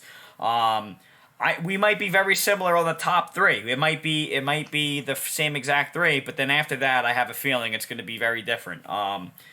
But listen, I'll start it off if unless Jack you want to. I think the first is pretty obvious, even though that they have mentioned that it's not confirmed. And I think Jack, like you said, because I texted you earlier, I think you said they just don't want to look bad. They don't want to, be a little, ahead of the gun there. They don't want to, they don't want to look bad. As simple as that. In case they do pick him, and then it doesn't. It's the biggest bust of all time since fucking Patrick Stefan on the Stars back in I think '98. But it's going to be first is Shane Wright. He's been projected first for a while. I have Shane Wright going first overall to the Canadiens, Montreal Canadiens. 94 points with Kingston in 63 games played. There's obviously some other tournament play there. The guy's good on both ends. He's a complete player. I think he's a franchise player. I think he's a great playmaker. Listen, folks, if you know hockey, you've heard about Shane Wright. You know what I mean? If you follow the NHL, you've heard of Shane Wright. So the guy's good vision. He's a solid size. He's 6 foot 185. Listen, these are young kids at the end of the day. They're gonna bulk up. You know what I mean? They might grow an inch or two. So, coming in at 6 foot 185, good size, good IQ, sees the rink well. And the only cons I've heard about, and this is just media speculation, is like, oh, he takes a shift off, he takes a night off, he's not that much of a competitor. But you know what, I don't know. Listen, I didn't religiously follow Shane Wright, but he's projected first overall for a reason, right? I mean, that's just my 2 cents. I don't know. Taking the con of taking a night off, it just, I don't know. I think that's a little crazy to me. But what do you think, Jack? Yeah, are you going to run through your whole mock draft, or do you want to go pick by pick and who we picked? No, let's go pick by pick. Okay, well, I agree with you. I got Shane Wright number 1 going to Montreal as well. Here's my thing with Shane Wright. I keep hearing Yuri Slavkovsky is going to go first and this and that. And you hear like, oh, Shane Wright, he shies away from contact and they're picking apart his game. 2 things to that. He lost almost a full year of development because of COVID. Yep. When the OHL shut down. Yep. He's still got exceptional status. Mm-hmm. Every player that gets exceptional status is going to get picked apart because it's almost like you're under a magnifying glass. You're under a microscope. You're under a microscope. You're like the popular kid in school, and other kids that aren't as popular are gonna pick you apart or whatever. You know what I mean? Like he's. I really would be surprised if Montreal doesn't take him. I think he's probably got the highest ceiling in this draft. He's a centerman. He's super skilled. He's an amazing skater. 100%. I think he goes number 1. I'm not really at his age and being exceptional status and losing a year of development on top of that. I'm not too worried about certain media people or bloggers like kind of picking his game apart. I'm sure there's some scouts that are picking his game apart, but still, I think when when it's all said and done, I'd be very surprised if Montreal's GM doesn't go up and pick Wright. Right. No, I agree. Listen, I've heard about him for the past year and a half. I don't think it's a bad pick. You know what I mean? Even if they do drop down to Slavkovsky or even Logan Cooley, I think they will pick Shane Wright. I think it would be a little silly. I think it would be a great fucking fit with him even moving Suzuki to a wing or Wright to a wing. And then, I mean, imagine that first line, Wright, Suzuki, Caulfield. That would be sick. I think they would balance it out realistically. You know what I mean? But I don't think they would make that their top line. Maybe a power play line, yeah. But I feel like it would be really silly to not pick him, honestly. Like you said, given the fact that it was exceptional status, not everybody gets that. Hence the term exceptional status. So, right. Like you said, we've heard like, oh, they might not do this, they might not pick him, they might pick this guy and that guy, but at the end of the day, I think they are going to pick him. It wouldn't shock me if they picked him. So, that's who I got. That's who you got. You want to move on to the next one? Yeah, absolutely. All right, so, and folks, this might be spot on, with me and Jack, the first top 3, it might be, but I really do honestly have the New Jersey Devils picking Slavkovsky, from Slovakia. The kid had 74 points in 87 games played between all the different leagues they played and whatnot. He's weighing in at 6'4", 225 pounds. He's a big body. He's definitely hard to knock off the puck. He's not afraid of board play. The Devils need a winger. So I think that's why they're going to pick him. You might argue the Logan Cooley's the better player and whatnot, but you know what? I'm going off of team needs. I think the Devils pick him, given the needs that they have. I think they're pretty solid down the middle. The only con I've seen and researched about that, he's pretty streaky. He's a streaky scorer. and he might need to improve on his skating. But other than that, I think it's a good pick. I think you can't really go wrong. That's who I have. That's me personally. That's Rick's pick. Jack, what do you got? All right, so I got Logan Cooley from the U.S. National Development Program going to University of Minnesota next year. I have him going number 2. I like him better than Slavkovsky. I agree with you in the sense where it's a little weird with Devils because they have Hughes and Heischer already, so Cooley's a centerman. Right. But I think if management's sitting down, like we're taking the best player available, Very I true. think Cooley is going to be the guy that people regret not taking. Yes. I think he's the Matthew Barzal of this draft. I agree. Maybe even better. He's a centerman. He's very skilled. He's a good skater. I think he's going to be a hell of a player. If I was New Jersey, I'd take Cooley. He's not going to play next year anyway, and you figure it out. I think you take the best player available. I don't think you draft for position. I think you'd get burned that way. But we'll see. I think this could go either way. But if it's me, I'm taking Cooley. No, absolutely. From New Jersey. No, absolutely. And listen, that's He's also a local kid. He's from Pennsylvania. So. Right. No, exactly. He's a USA kid. So, listen, it's funny you bring up Cooley because that's who I have at number 3. I do have the Coyotes picking Logan Cooley, and the only reason why I think he would drop to 3 is based on the Devils needing a winger. So listen, it's no secret if you follow prospects and whatnot. The guy has elite talent. He's dangerous on the power play, and it's funny you mentioned Barzal. I think of Zegras and Barzal watching him play and watching the film that I saw. He has great one-on-one ability. I think he's a great addition to any team, whoever picks him. If he even drops below 3, I think it's a great team. I think he's a great addition to no matter what team picks him. You could argue he has smaller size and whatnot, but listen, these are kids at the end of the day. They're going to bulk up. I think his skill set will make up for that regardless. Look at guys like Marty St. Louis. You know what I mean? So he had 122 points in 79 games played, and that's combining all the, the U18, the U20, the USA National Hockey Team Development Program stats. I just combined them to. I'm not going to break down each stat and all this stat line stuff. I added them out throughout the year of 21 to 22. But yeah, no, listen. I only have Cooley going 3rd, is because Slavkovsky might be picked 2nd, just due to the fact that the Devils need a winger and they're pretty stacked up with down the middle. Given the fact with Hughes, Heischer, and even Dawson Mercer, who I think is going to be pretty solid. So that's me. Who do you have 3rd? I can only assume it's Slavkovsky. Who do you got? I do. I have your Slavkovsky going to Arizona.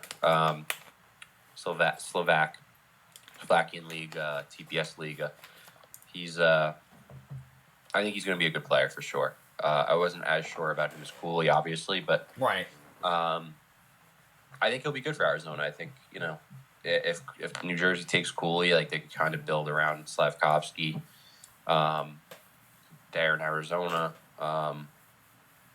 I did watch some video. He's a big, strong kid.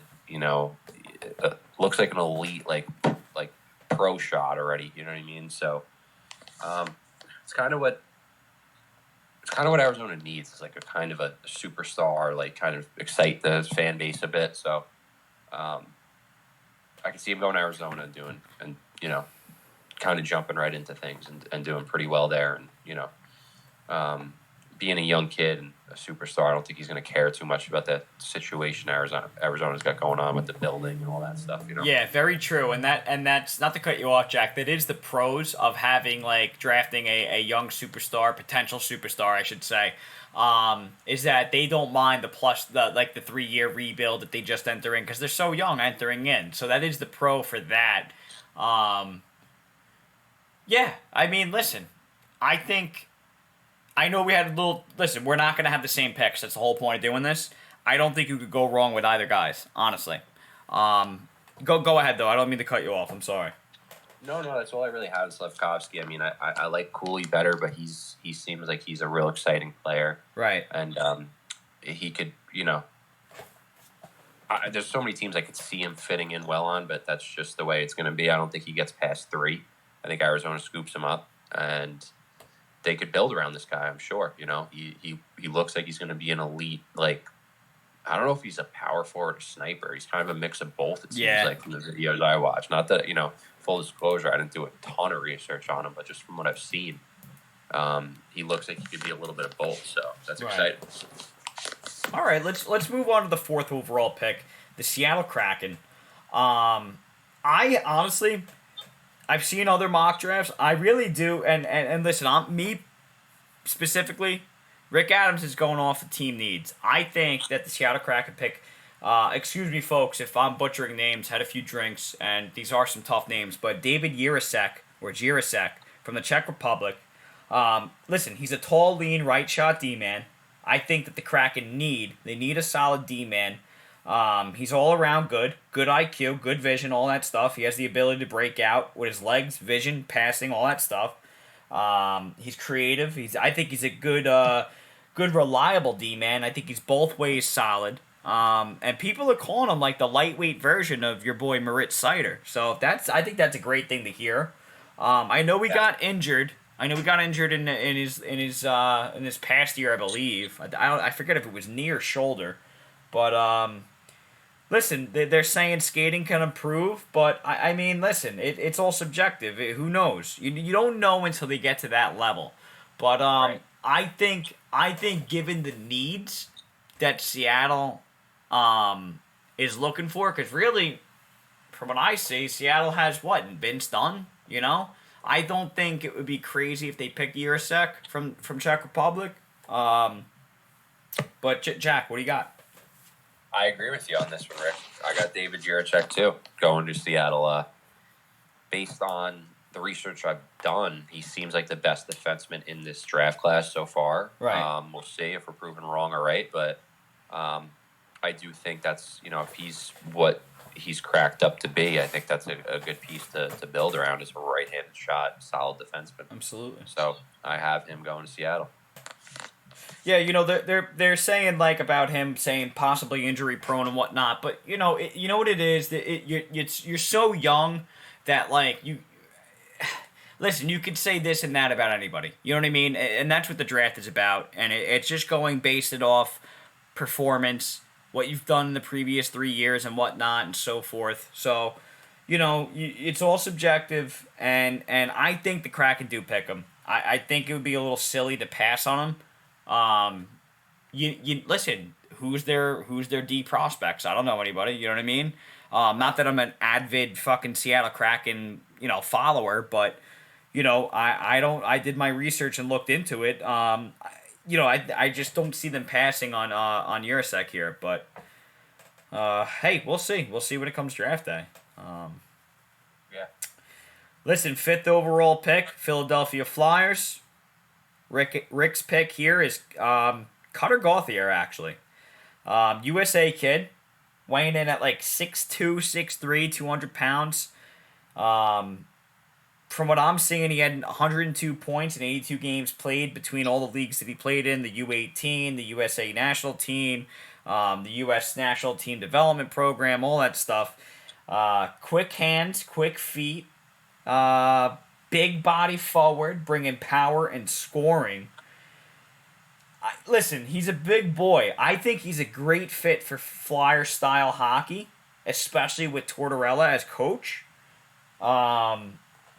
Big body to create space for other line mates. Has a solid shot, accurate shot. They're saying that skating could improve. Listen, Cutter Gauthier, I think, like I said, great fit for the style hockey that is played for Philadelphia. I think it would be a little silly to pass up on him, but it's all subjective and perspective, folks. I mean, I see Simone Nemec going to him, but if I was GM and looking at the fits, especially losing Nolan Patrick, I think I would pick Cutter Gauthier. That's just me. What do you got, Rick? I really like Cutter Gauthier, but I put some thought into the Philly pick, and who knows, this Philly pick might actually wind up being moved, so it might not be Philly's pick. We'll see what happens. Very true. But I actually have defenseman Kevin Korchinski going to Philly, number 5. I like that. I think he's fallen under the radar a little bit. Yes. He's already a pretty big kid at 18 years old. He's putting up a ton of points with the Seattle Thunderbirds. Good puck mover, but he's also big. I think he may be like the sleeper in this draft. I agree. He may be drafted higher than a lot of teams are, than a lot of like mock drafts are giving him credit for. And I got him going to Philly. I think, a big defenseman that can move the puck. I think they could use that, and I think I could see Philly taking him. That's It's funny you say that. I have them a little bit. I have Korchinski a little bit later. I like Kevin Korchinski. I just, like you said, he's under the radar. That's why I don't think he goes 5th. But hey, listen, if the Flyers reach for him, I don't think, and I don't mean to say reach as in a disrespectful way. It's just based off of the projections and whatnot. Right. I think that would be a great fit. I think that would be a great fit. Great puck distributor, Okay, so listen, you got him. I think that would be a great fit as well, actually. Anything else you got to say for the Flyers? No, I just like his game. I like the way he plays. I like my defenseman, and right. He's able to put up points, but he doesn't shy away from contact. He's like a little over 6. I think he's like 6'1", 185 already at 18. So I think he's I could see him going a little higher than like people are giving him credit for. I think a lot of scouts are going to like him. I'm sorry, he's actually 6'2". Yeah, he is 6'2". I have marked down as 6'2". Yep. Yeah. He had 65 points last year. Jack, you're gonna like where I have him fit in. He's a little bit lower, but I think when I mention, not to get too ahead, but when I mention where he's gonna land, I think you're gonna like it given the facts that will be presented. All right, let's move on to 6th overall here. Columbus Blue Jackets. I believe they got this pick from. Correct me if I'm wrong. Did they get this from the Blackhawks? Yes, they did. I will bet money that this will come back to bite them in the ass no matter who they pick. Bite the Blackhawks in the ass no matter who they pick. All right, so Rick's pick, we have, and folks, don't make fun. Hey, you can make fun. We can have fun with it, but I need Jack Farris's help on the pronunciation of this last name. I have Matt Savoy. Savoy? Matt Savoy? What's Savoy. Savoy? Okay, look at that, Savoy. Yeah, I have him. Listen, folks, this guy, quick feet, quick hands. He can move to the wing if needed. He's a great passer, good playmaker, has a solid shot as well. And he could confuse the defense with his positioning when off the puck and whatnot, given his quickness. So, the cons are that his lack of size. He's 5'9", 170, 180, but I don't think that the size. Listen, size matters, yes, but you got to look at like guys like Brian Giunta that played in like a brutal hitting league. It's yes, hockey's a tough sport, but it's not like it's 2005 anymore where guys are getting bashed in. Right. Look at guys like St. Louis. How they played during a time like that. So I think a guy like Savoy will develop pretty well. He played. He had 90 points, 65 games played with the Winnipeg Ice. Listen, I think Savoy in the middle or on the wing with Laine, I think that's pretty deadly. And listen, that's just from what I see from the film I saw. That's really it, folks. What do you got, Jack? What do you got, Jack, for the Blue Jackets? Blue Jackets, I got them taking Joakim Kamel from Finland. Ooh, okay. Yeah, I think they reach a little bit. And the reason I think that is because Jarmo Kekalainen, GM of Blue Jackets, obviously very familiar with the Finnish league and Finnish players. Right. And he's not afraid to reach. Like, he's not afraid to kind of reach for talent and kind of, what he likes, he takes, even if it's like 6-7 picks, ahead of time or whatever. So, yeah, I have a feeling that they take Kamel if he's available still, which I think he will be. And, he's a solid winger that has skill, tremendous upside, is able to score goals, and he's proven that at other levels. And I can see him being a good fit there in Columbus. All right. Listen, I have him a couple places down. I like Kemmel a lot. I think he's going to be a solid player. I think he's going to be a solid goal scorer. I think it would be a good fit there as well, honestly. Listen, the only reason why I didn't pick him is just because down the middle, I know they have. I think Columbus is pretty solid on the wing, so that's why I picked Savoie for it to be down the middle, even though he can be moved to the wing. But Right. listen, that's me. I'm not arguing. I'm just saying why I picked who I picked. I think they need some pieces down the middle, but no, listen, I think it's good fits either way. Honestly, I don't think you could go wrong with both players. To be honest with you. I agree. So I like that. I like that a lot. Adding more firepower, can't go wrong, right? 100%. All right, seventh overall pick, Ottawa Senators. I got Jonathan Lecker-Mackey, Swedish kid, 81 points in 73 games played with all the leagues he played in and teams he played with. Weighing in at 5'11", like 175-ish. Explosive player, great skater. This might be arguably a bit of a reach, but he's an elite shooter. He has good separation and solid vision and IQ. I saw some film and I was really interested in him a lot. I think he's a top 10 pick. I don't think he goes outside of the top 10. That's my opinion. Okay. He might not be the biggest, but he might also I think his skill set again will make up for that. I kind of recycled that with other things, but I think it's true. I think his skill set will make up for his size. But honestly, at the end of the day, he might grow to be 6'1". You don't know. Like honestly, Right. at the end of the day, you don't know. These are kids. These are still 18, 20-year-old kids. You really don't know. They're saying he might not be the best even strength player, but I don't know if I necessarily believe that. Who knows? These guys are only going to get better. But they could be big busts. You really don't know. But listen, that's who I got at the Senators. Jack, who do you got? For Ottawa, I got them picking Simon Nemec, defenseman. Okay. I think they need help on the blue line, and I Agreed. don't see Nemec really getting past the top 10. Slovakian defenseman, like, pretty solid kid, 6'1", 192. Some offensive upside, not a lot, but he looks like a real solid D-man.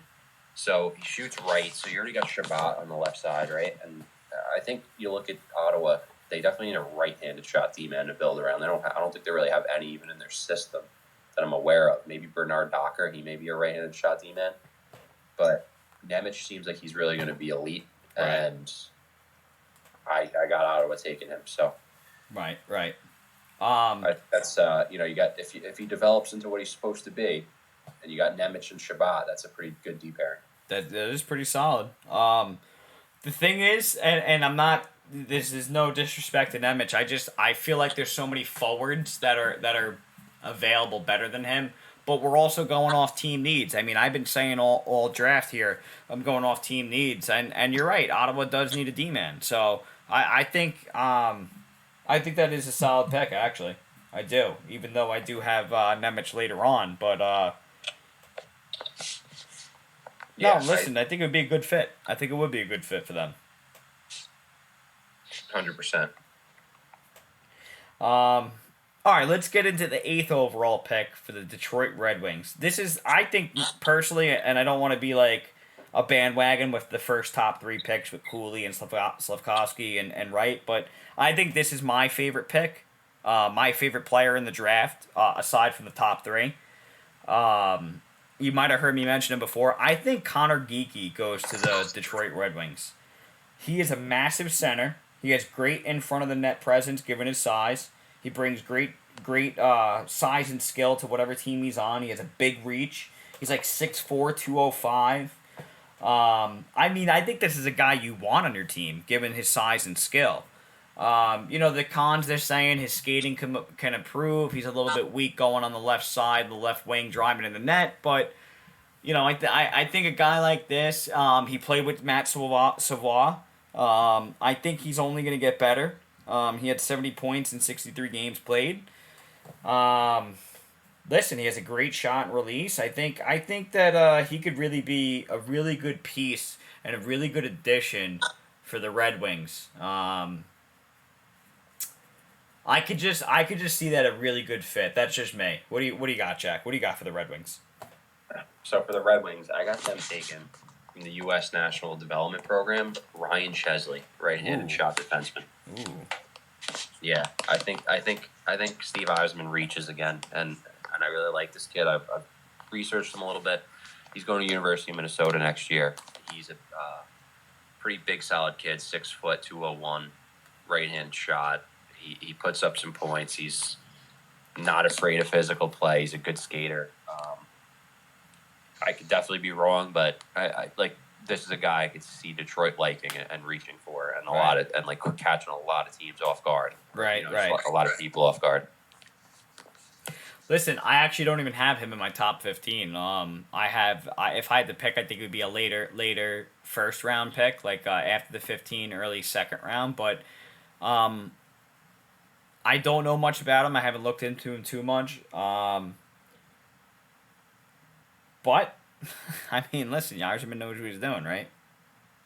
Yeah, I like him, and he seems like one of those guys that could fly under the radar. I mean, just based off like looking up his stats and watching some video and seeing how he could skate and move the puck, and he's big. He's not afraid of contact. Right. They're 18 at least, but big, solid kid. Right-handed shot. He's from Minnesota. He's playing for them next year. I could see him I could see a smart GM reaching for him. Is what I'll say. Okay. Smart scouting staff reaching for him. Yeah, and listen, Jack, if they do, it could be making him look like a genius yet again. I mean, I don't think it would be crazy if he did that. I don't think it would be anything. I don't know what the words would be. Maybe groundbreaking and whatnot, but. Who knows? You clearly did your research on him, so I mean I trust Jack Farris. I have trust in Jack Farris, and we'll really see how that plays out. Detroit's an interesting team. I like them. Definitely an under the radar team. I think they're a team to watch out for next season. So we'll see how that plans out with them for sure. Yeah, I just think that like if there's any GM that's not afraid to reach and like has a good scouting staff, I just trust Detroit and their scouting staff and Yzerman. So I like this Chesley kid. I could be totally off base. There's a few other players I had going at that spot, but I could see this kid Chesley going. Jack Farris calls it now. I hope my listeners are listening. This Ryan Chesley kid's going to go a little higher than the media is given credit for. He's going to be one of those sleeper picks that goes higher in the first round, I think, to a smart GM. And I don't want to give him too much praise yet, but I almost see a little bit of like Adam Fox in him. And Adam Fox, you look him up, he was like a late second round pick. Some of these like NCAA kids go a little under the radar in a sense, and I don't know. I just like this kid's game. I think he's going to go higher than a lot of people are expecting. Hey, listen, time will tell. We'll see. I think Yzerman knows what he's doing, so we'll leave it at that. Yeah, listen, we'll leave it at that, and we will probably dive in to the 9th pick with the Buffalo Sabres. Okay. I know you brought him up before. I have Joachim Kemmel going to the Buffalo Sabres. I think it's the piece that they're missing to maybe take a step ahead. Great shooter from what I've seen. People are saying that he could shoot like Ovechkin. That might be a little bit of a reach, but they're saying that he has that hard shot, that good one-time shot like him. So, whatever. That's what they're seeing. That's what they're saying, right? So, gotta add that in there, right? Guy's an energetic, competitive forward. He's speedy. He could be used in all situations, they're saying. So, we'll see. We'll see how it works out. He engages physically, so he's not shy of contact, but he is a smaller size. But I think his skill set and his competitiveness will make up for that. The only thing that I could say, and this is a subjective stat that people kind of disregard and they don't really like, but he is his plus minus isn't good. He's out there for a lot of goals against. That's what they're saying, but I think he's a guy you would want on your team. The guy's a pure sniper, a pure goal scorer, a pure shooter. So I think that's what the Sabres need. I don't think it would be a bad pick. That's if he drops that low.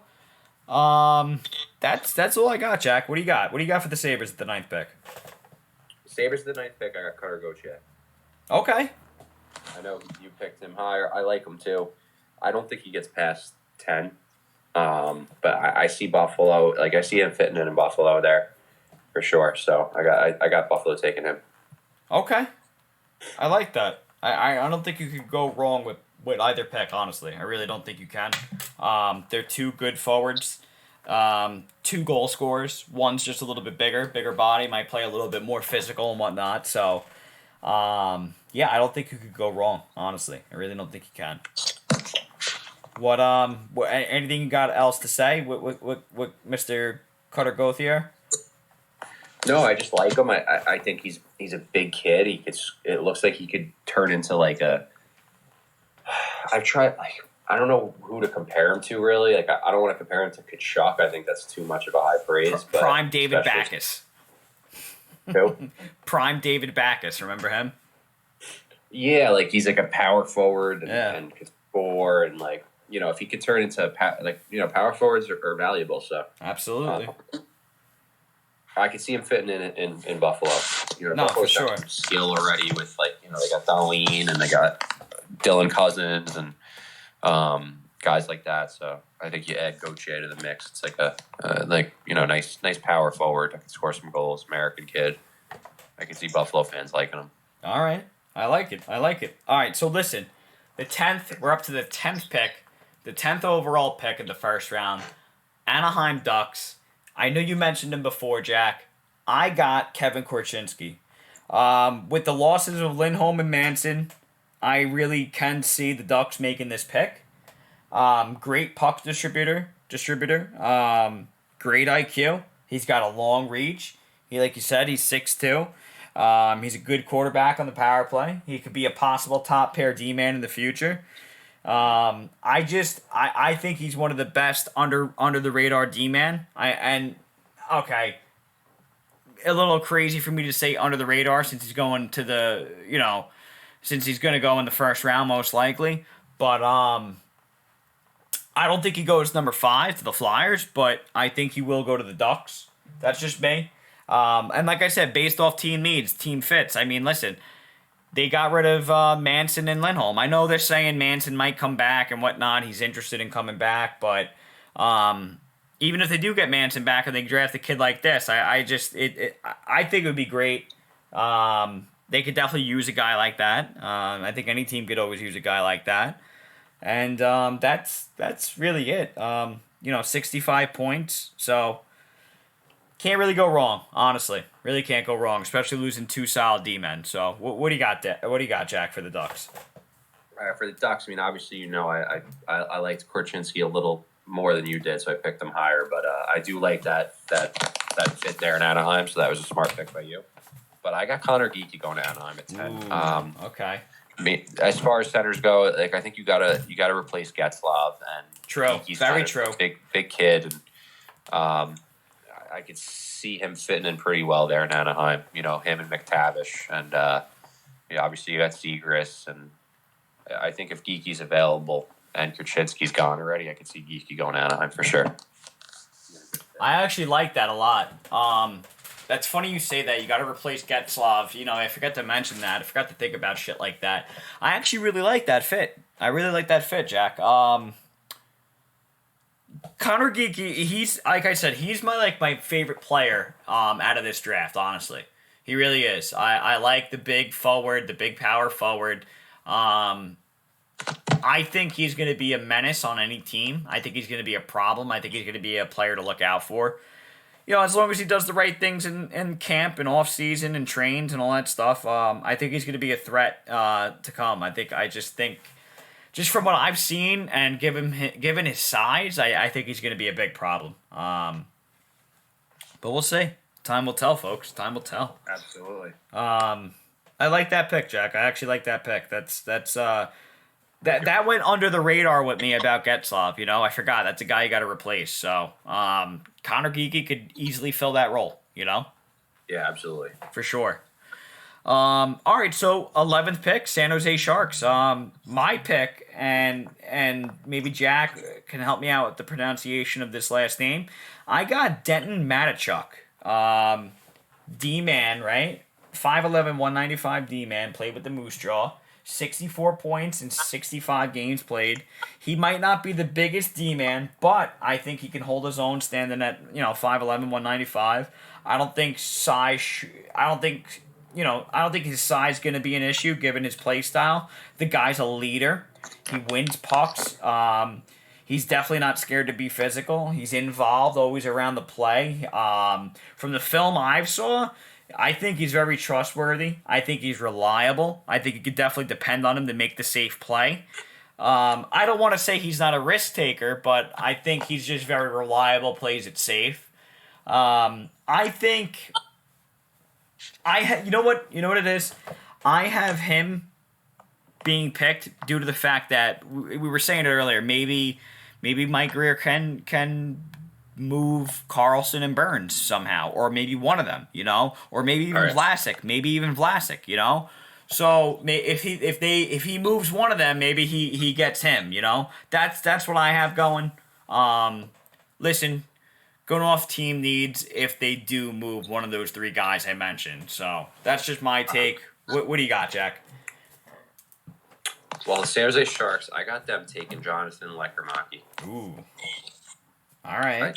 I kind of like this kid. I think for some reason, I just think he's kind of fits in with the Sharks. I don't know why. He's like a two-way forward. Seems like a smart player. Like I watched some tape of him. Right winger, but it seems like he could play a little bit of center too. A lot of people had him rated way higher, but I don't know. Like I wasn't as high on him as like TSN and all those guys were, but I do think he's a smart player and a good player. And if he doesn't even get past the top 10, it would shock me. But I think this would be a good fit here for San Jose, for sure. Yeah, and they could use forward help, especially if they start making moves. Yeah, no, like I think I mentioned earlier, Lekkerimäki. I don't think he goes out of the top 10. If he does, I could totally see the Sharks picking him. I don't think he goes any lower than the 11th. He's an explosive player, like I said before. Listen, I didn't see him in real person. I didn't see him in real life and whatnot. But just based on what I'm seeing, I think I don't see him falling too low. I really don't. I don't see him definitely falling out of the top 10. If he does, it's definitely to the 11th pick to the Sharks. I actually like that pick a lot. That's a good fit. Not even trying to just reason with you and side with you, but I actually do like that a lot. I don't think you could go wrong with both picks. Listen, I think Lekkerimäki's NHL ready. I don't think Matachuk is NHL ready. He might need a year, but we'll see, folks. Oh yeah, time will tell. So, listen, we're almost done here. We got Columbus Blue Jackets, 12th overall pick. And Rick's pick, who I have, and I think this guy's very under the radar, is Frank Nazar. I don't know if I'm pronouncing that right. It might be Nazar, Frank Nazar. That's who I got. Played on the USA U18, United States National Team Development Program, all that stuff. 5'10", 180. Guy's clever. He's a shifty, agile forward. Great hands. He's competitive. He's relentless. I think he's like all over the place on the ice in a good way. Not all over the place sloppy. All over the place in a good way. He's a good penalty killer from what I've seen. He's not scared to block shots. And again, I'm kind of repeating myself. He's not the biggest player, but I think his competitiveness and his play style will make up for that. So, I don't think it would be a reach for them. I think he's kind of under the radar. I actually have a little star next to him because I think he winds up... I think from the film I watched, I think he's going to be one of the better players in the draft. That's... I don't want to say unknown. That's not the word, but I don't think that's what everybody's thinking about. I don't think Frank Nazar is who everybody's thinking about. Right. But what do you got, Jack? All right, well, I have... number 12, Columbus Blue Jackets. I got them taken from the SHL Marco Casper, centerman. Okay. And he's 6'2", 187, centerman. I think Columbus really needs centerman. You're right. And I think you're going a little later in the draft now, and he seems like a real smart player all around.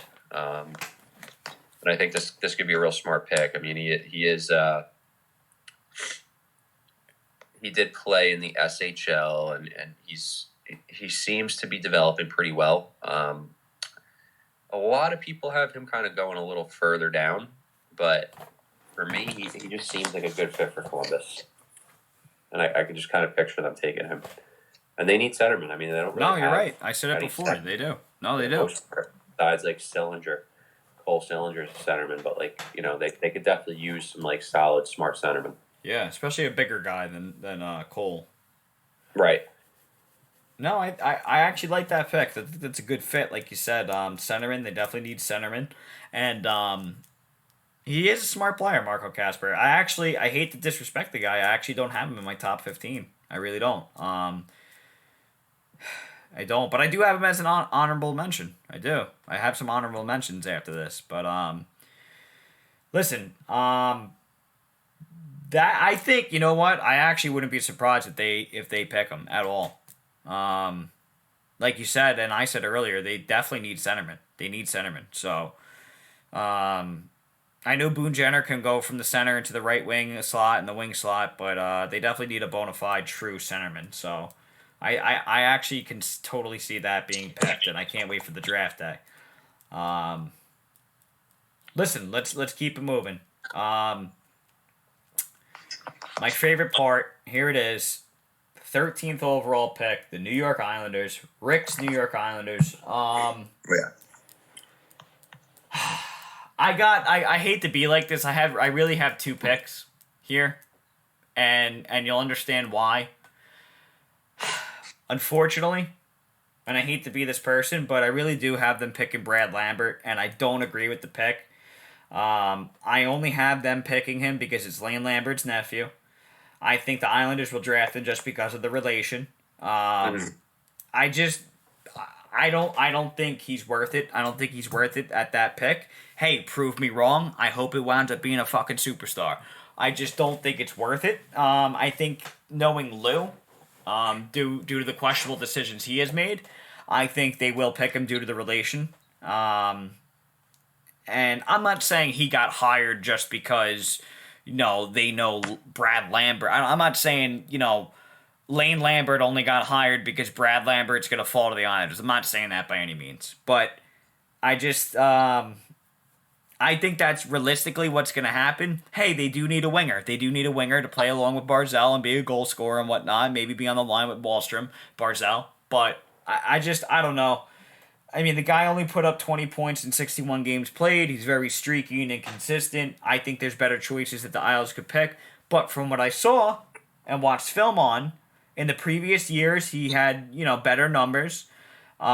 He's quick. He's fast. He's a skilled winger. He's an energy forward. He has good awareness. He's a good distributor. But I don't know. Me specifically, I don't think Connor Geekie will fall this low. I would love to have Connor Geekie. I just don't think he's fallen that low. I don't think he's fallen to the 13th pick. But I also have a little bit of favoritism with Connor Geekie. So, but realistically, my second pick, if not to get like this, but I'm just being realistic, knowing the past history of how the Islanders are. I think they're going to favor to the relation, and this is Lambert's nephew and all this stuff. I think they will pick Brad Lambert, but I really do. I'm going to have them picking Simone Nemec, actually, the Islanders, if Simone Nemec falls that low. Right. Right shot D-man, good QB on the PP. He's a sneaky, strong defenseman as well. That's who I have. Those are my two picks.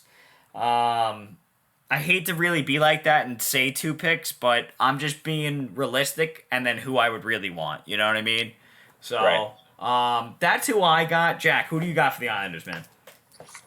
All right, for the Islanders, I got them going with defenseman Pavel Mintyukov, Russian defenseman, Saginaw Spirit. Last year, put up 62 points as a defenseman.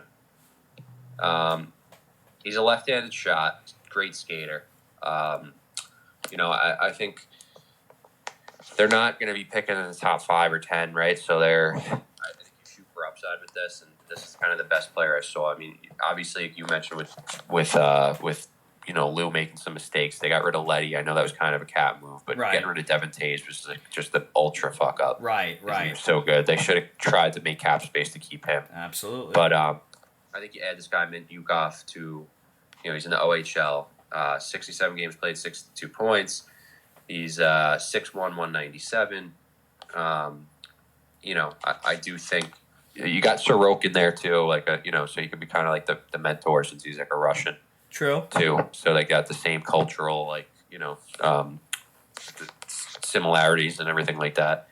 And I think he's going to be a good player, and I could see the Islanders taking him if he's available. I think that he'd be a good fit for the Islanders for sure. I think the Islanders need to kind of restock their defensive prospect cupboard in a sense. No, absolutely. No, Jack, I agree. As much as they need a fucking pure goal scorer and whatnot, I do think that I think they're gonna go defense, but I know I'm kind of like contradicting myself. I just said I think they pick Brad Lambert, but if they don't pick him, I think they're going to go defense. And I only said Nemec because of my mock draft. I don't have Nemec going in the top 10. That's basing off what I see, though. I know he's pretty favored going in the top 5. But, listen, I agree. I think it's good fits regardless because they need to replace guys like Taves and Letty. So maybe that's a future come-up pick, and then maybe they sign a forward to replace that goal scoring they could pick in the draft. So we'll see. Time will tell, folks. We're almost done here. We got the 14th overall pick, the Winnipeg Jets. Rick's pick for the 14th overall pick, and this might not be on anybody's radar, is Isaac Howard. That's who I have. USA kid, 130 points in 93 games played throughout all the the leagues and teams he's played in. It's pretty impressive numbers. I know it might not be the OHL, the WHL, and all this stuff, but it's still pretty impressive numbers. I mean, you're still playing against future prospects, future NHL players. You're still playing at an elite level. So, the guy's not a grinder, but his skill play will make up for that, I believe. Great IQ and vision. He's good in the offensive zone, a quick, agile player. They're saying he's a transition threat. I mean, numbers don't lie, folks. I know that these prospects, if they put up 130 points, doesn't mean they're doing that in the NHL. By all means, it's no secret. We all know that. But I think, I don't know. I don't know. The Jets might lose Dubois. I know they have a guy like Kyle Connor who's really good on the wing, but I don't know. I could see him being a good fit there. You could argue they might need help on the blue line and whatnot, but I just, like you said earlier in the draft, I think they're going to go with the best available. I think Isaac Howard might be a little bit of a reach, but I think if you do your research, I think he might be the best available forward. What do you think, Jack? All right, well, first, for Winnipeg, I got them taking Matthew Savoie, who I know you took a lot earlier. Yeah. Playing for the Winnipeg Ice, so he kind of stays home in a sense, right? Yeah. Canadian kid. Put up big numbers in juniors, and super skilled. And I definitely, I don't think Savoie goes past top 15 at all. I don't think so either. He may go even earlier, but I think Winnipeg scoops him up here at 14 if they got the opportunity to, and I think he fits in well. Maybe someone they could kind of keep around too. I mean, he's already playing hockey for the Winnipeg Ice. He is Canadian, and it's no secret. Winnipeg has trouble retaining talent. Like, people don't really want to live there and stay there long term. Like, they have trouble attracting free agents. A lot of guys leave there, so this is a guy they might be able to kind of build around if he turns into the player that he's supposed to be. So I definitely see Savoie going to Winnipeg here. Yeah, I mean, I don't think you could go wrong with both picks there, Jack. Honestly, they're two skilled forwards. It's no secret. If as long as you're in touch with this type of hockey and these prospects and whatnot. You really can't go wrong. I don't think Savoie goes out of the top 15 at all, but I also don't think he goes out of the top 10. I think he's going to be a top 10 pick, but that's just Rick's projection. That's Rick's picks. And it's all subjective. It's all opinions, folks. We will see. Time will tell. I cannot wait till the 7th. I can't wait for the NHL draft. That's it. I mean, that brings us up to our 15th pick, folks, and we're going to end it on here. I hate to say this because I know it's a mock draft, and I know that it's kind of cheating saying 2 picks, but I know I did it with the Islanders, and I'm only doing it because it's a little bit realistic. We mentioned the Canucks, right? They need D-men. So, for the 15th overall pick, I have the Vancouver Canucks selecting. As long as he drops this low, and I know this is crazy, I do have Simon Nemec. I know that's crazy, folks. I know it's a little crazy if you do your research on this kid, but as I said previously, I think there's so much better forwards available, and Jack Farris said that they're going to go with the best player available. I think that teams will take forwards more than this kid. I know he might be a top 5, top 3 pick. I think Urasek gets picked before Nemec. I think Nemec drops. I think his stock drops, but we will see. We touched about him a little bit before. Good vision. His IQ's great. He's reliable. The cons that I saw, that I researched, people say awkward skating, but is that a con? Awkward skating? Come on. I mean, really. Awkward skating? Everybody has a different posture. Everybody's build is different. So what's awkward skating? I think that's a bullshit con. I think that they just couldn't think of anything, and that's what they did. And then people will go, oh, well, if they couldn't think of anything, why is he dropping so low on my pick? I don't know. I think it comes down to more forwards are better. I think more teams before this need forwards. So, and I think Krasinski is the better D-man, honestly. So that's why I think Nemec drops. Listen, right shot D-man, you can't, they're hard to come by, I feel like. The guy is a distributor. He's a playmaker. He's a good two-way D-man. So, I think the Canucks could really use somebody like that. I like that. Listen, that's only if he drops that low. And this is where my second player comes in. If he doesn't drop that low, my second D-man is Seamus Casey, and it's a little bit of a reach. Very small size for a D-man in the NHL. But, I don't know if you know this, Jack, he has played forward before. And I don't want to compare him. I don't want to compare him by all means to fucking 6'5" Dustin Byfuglien. But maybe they flex him. Maybe they alternate him to forward and D. You don't know until the time comes, man. You really don't know. I like Seamus Casey. The guy's a pure puck mover. Kind of reminds Torrey Krug in a sense. Yeah, I was gonna say Torrey Krug and a little bit of Letang, honestly. Maybe not the size stature, but the way he moves the puck, I don't know. I like him. I like him a lot. I think the Canucks pick a D-man. I really do. We were saying it earlier in the podcast. I think the Canucks pick a defenseman, given the fact that they do need somebody to play along with Quinn Hughes. And you brought him up earlier. I don't know the given cap situation. I wonder if Klingberg goes to the Canucks. But we'll touch into that. That would be cool. Yeah. They have Klingberg. That'd be a good fit. They have Seamus Casey or Nemec if he drops a low coming up, and they have Quinn Hughes. I think that would be solid. But Jack, what do you got? What do you got for the Canucks, man? All right. Well, if I'm going to cheat a little bit too, I had a note here. I got the guy that I originally picked for Vancouver, and then I have a guy that was in my honorable mentions that I'm starting to really regret not putting in my top 15 because I think he's going to be a real good player. I'll start by saying I think Vancouver here goes with Brad Lambert at 15. I think they're going to shoot for upside because it's the lower end of the draft. True.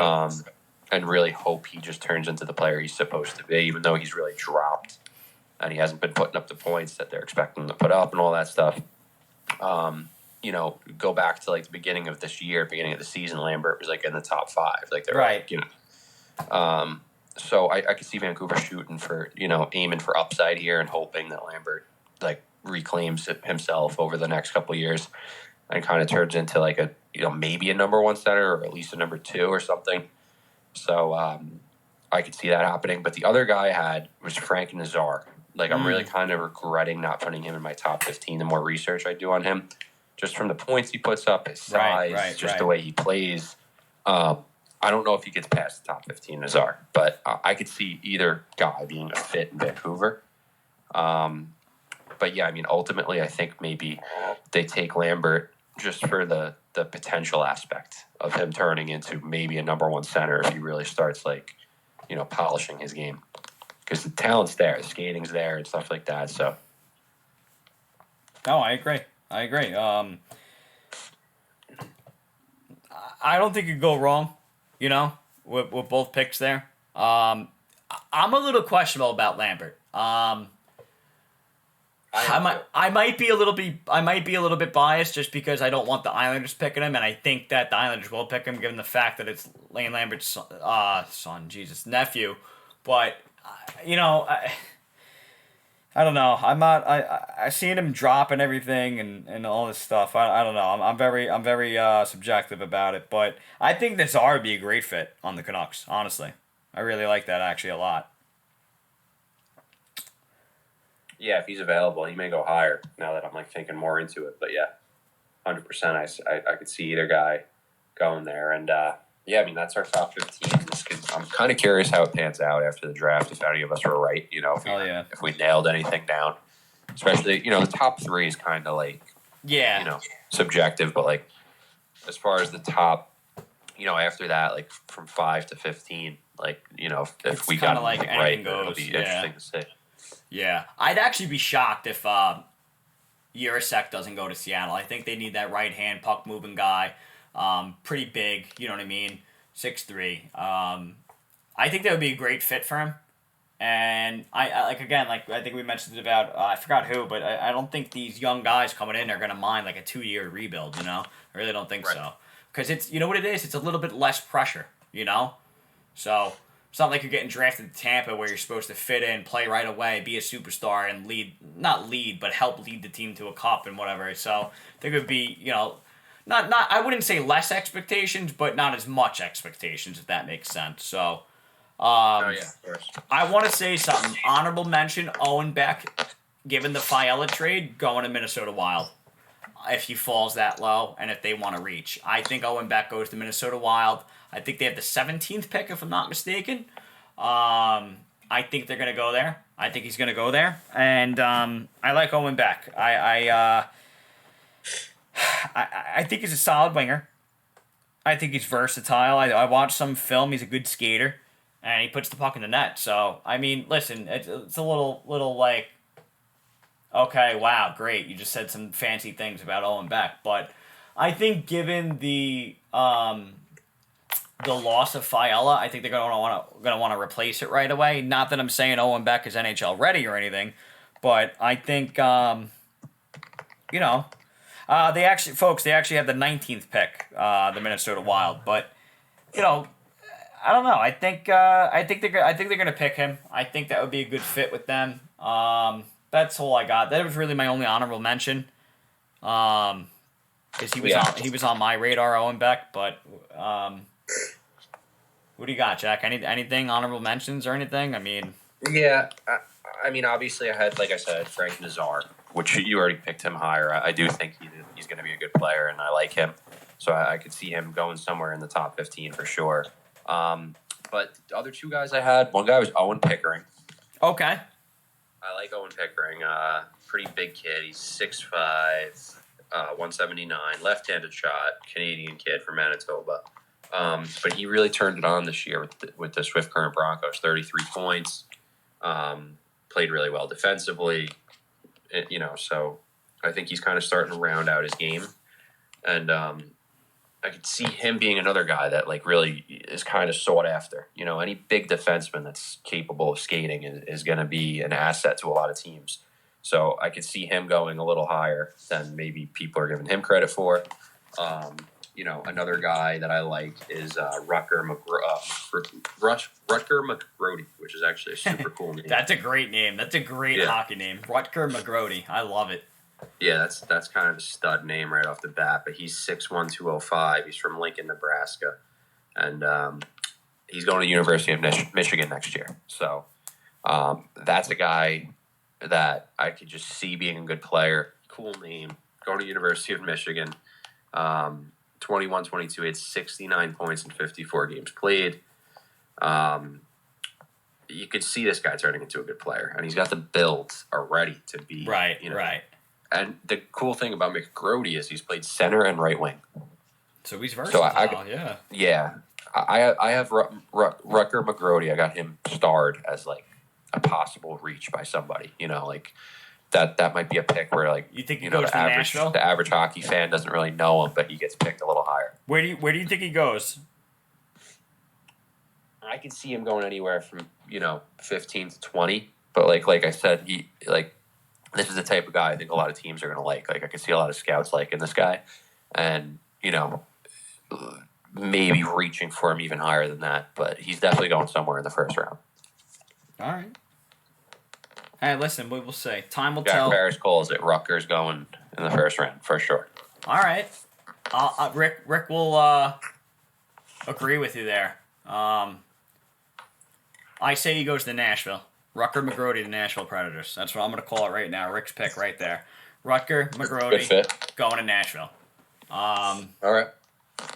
Folks, that's really it, honestly. We this was one of the longest podcasts since the first episode.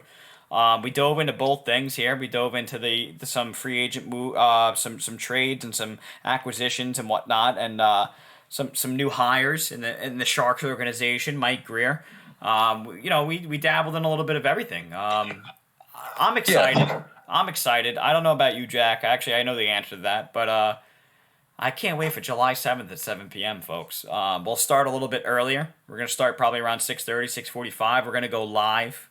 Jack, what do you got to say? Honestly, anything to wrap it up before we head out?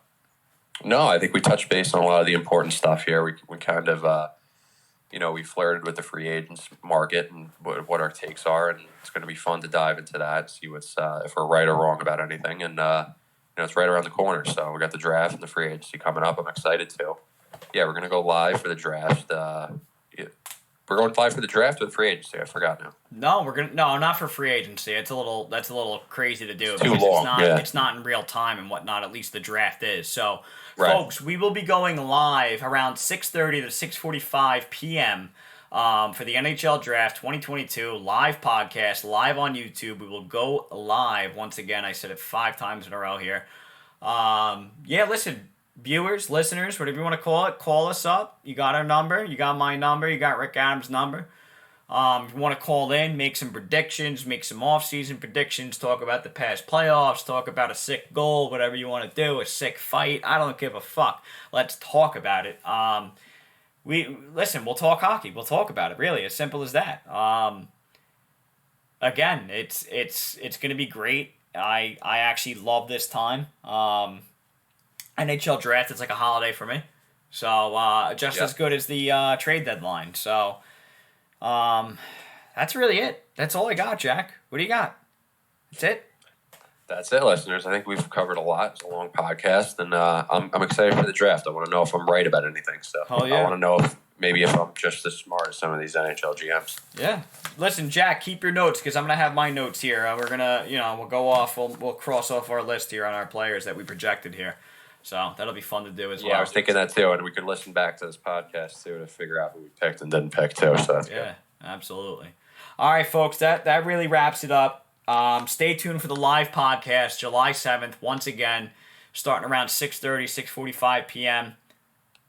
July 7th, once again. And don't miss out on it. Even if you're on the road, you just throw it on YouTube while you're driving or whatever it is. Yeah, exactly. We'll figure it out, folks. We'll figure it out. We can talk about it. Let's talk about it. All right, folks. That's it. Rick Adams wrapping it up with Jack Farris on the line. That's about it. That's all I got. All right, listeners. Thanks for listening, and we'll talk to you guys soon. All right. Later. Enjoy the night. Later. Bye.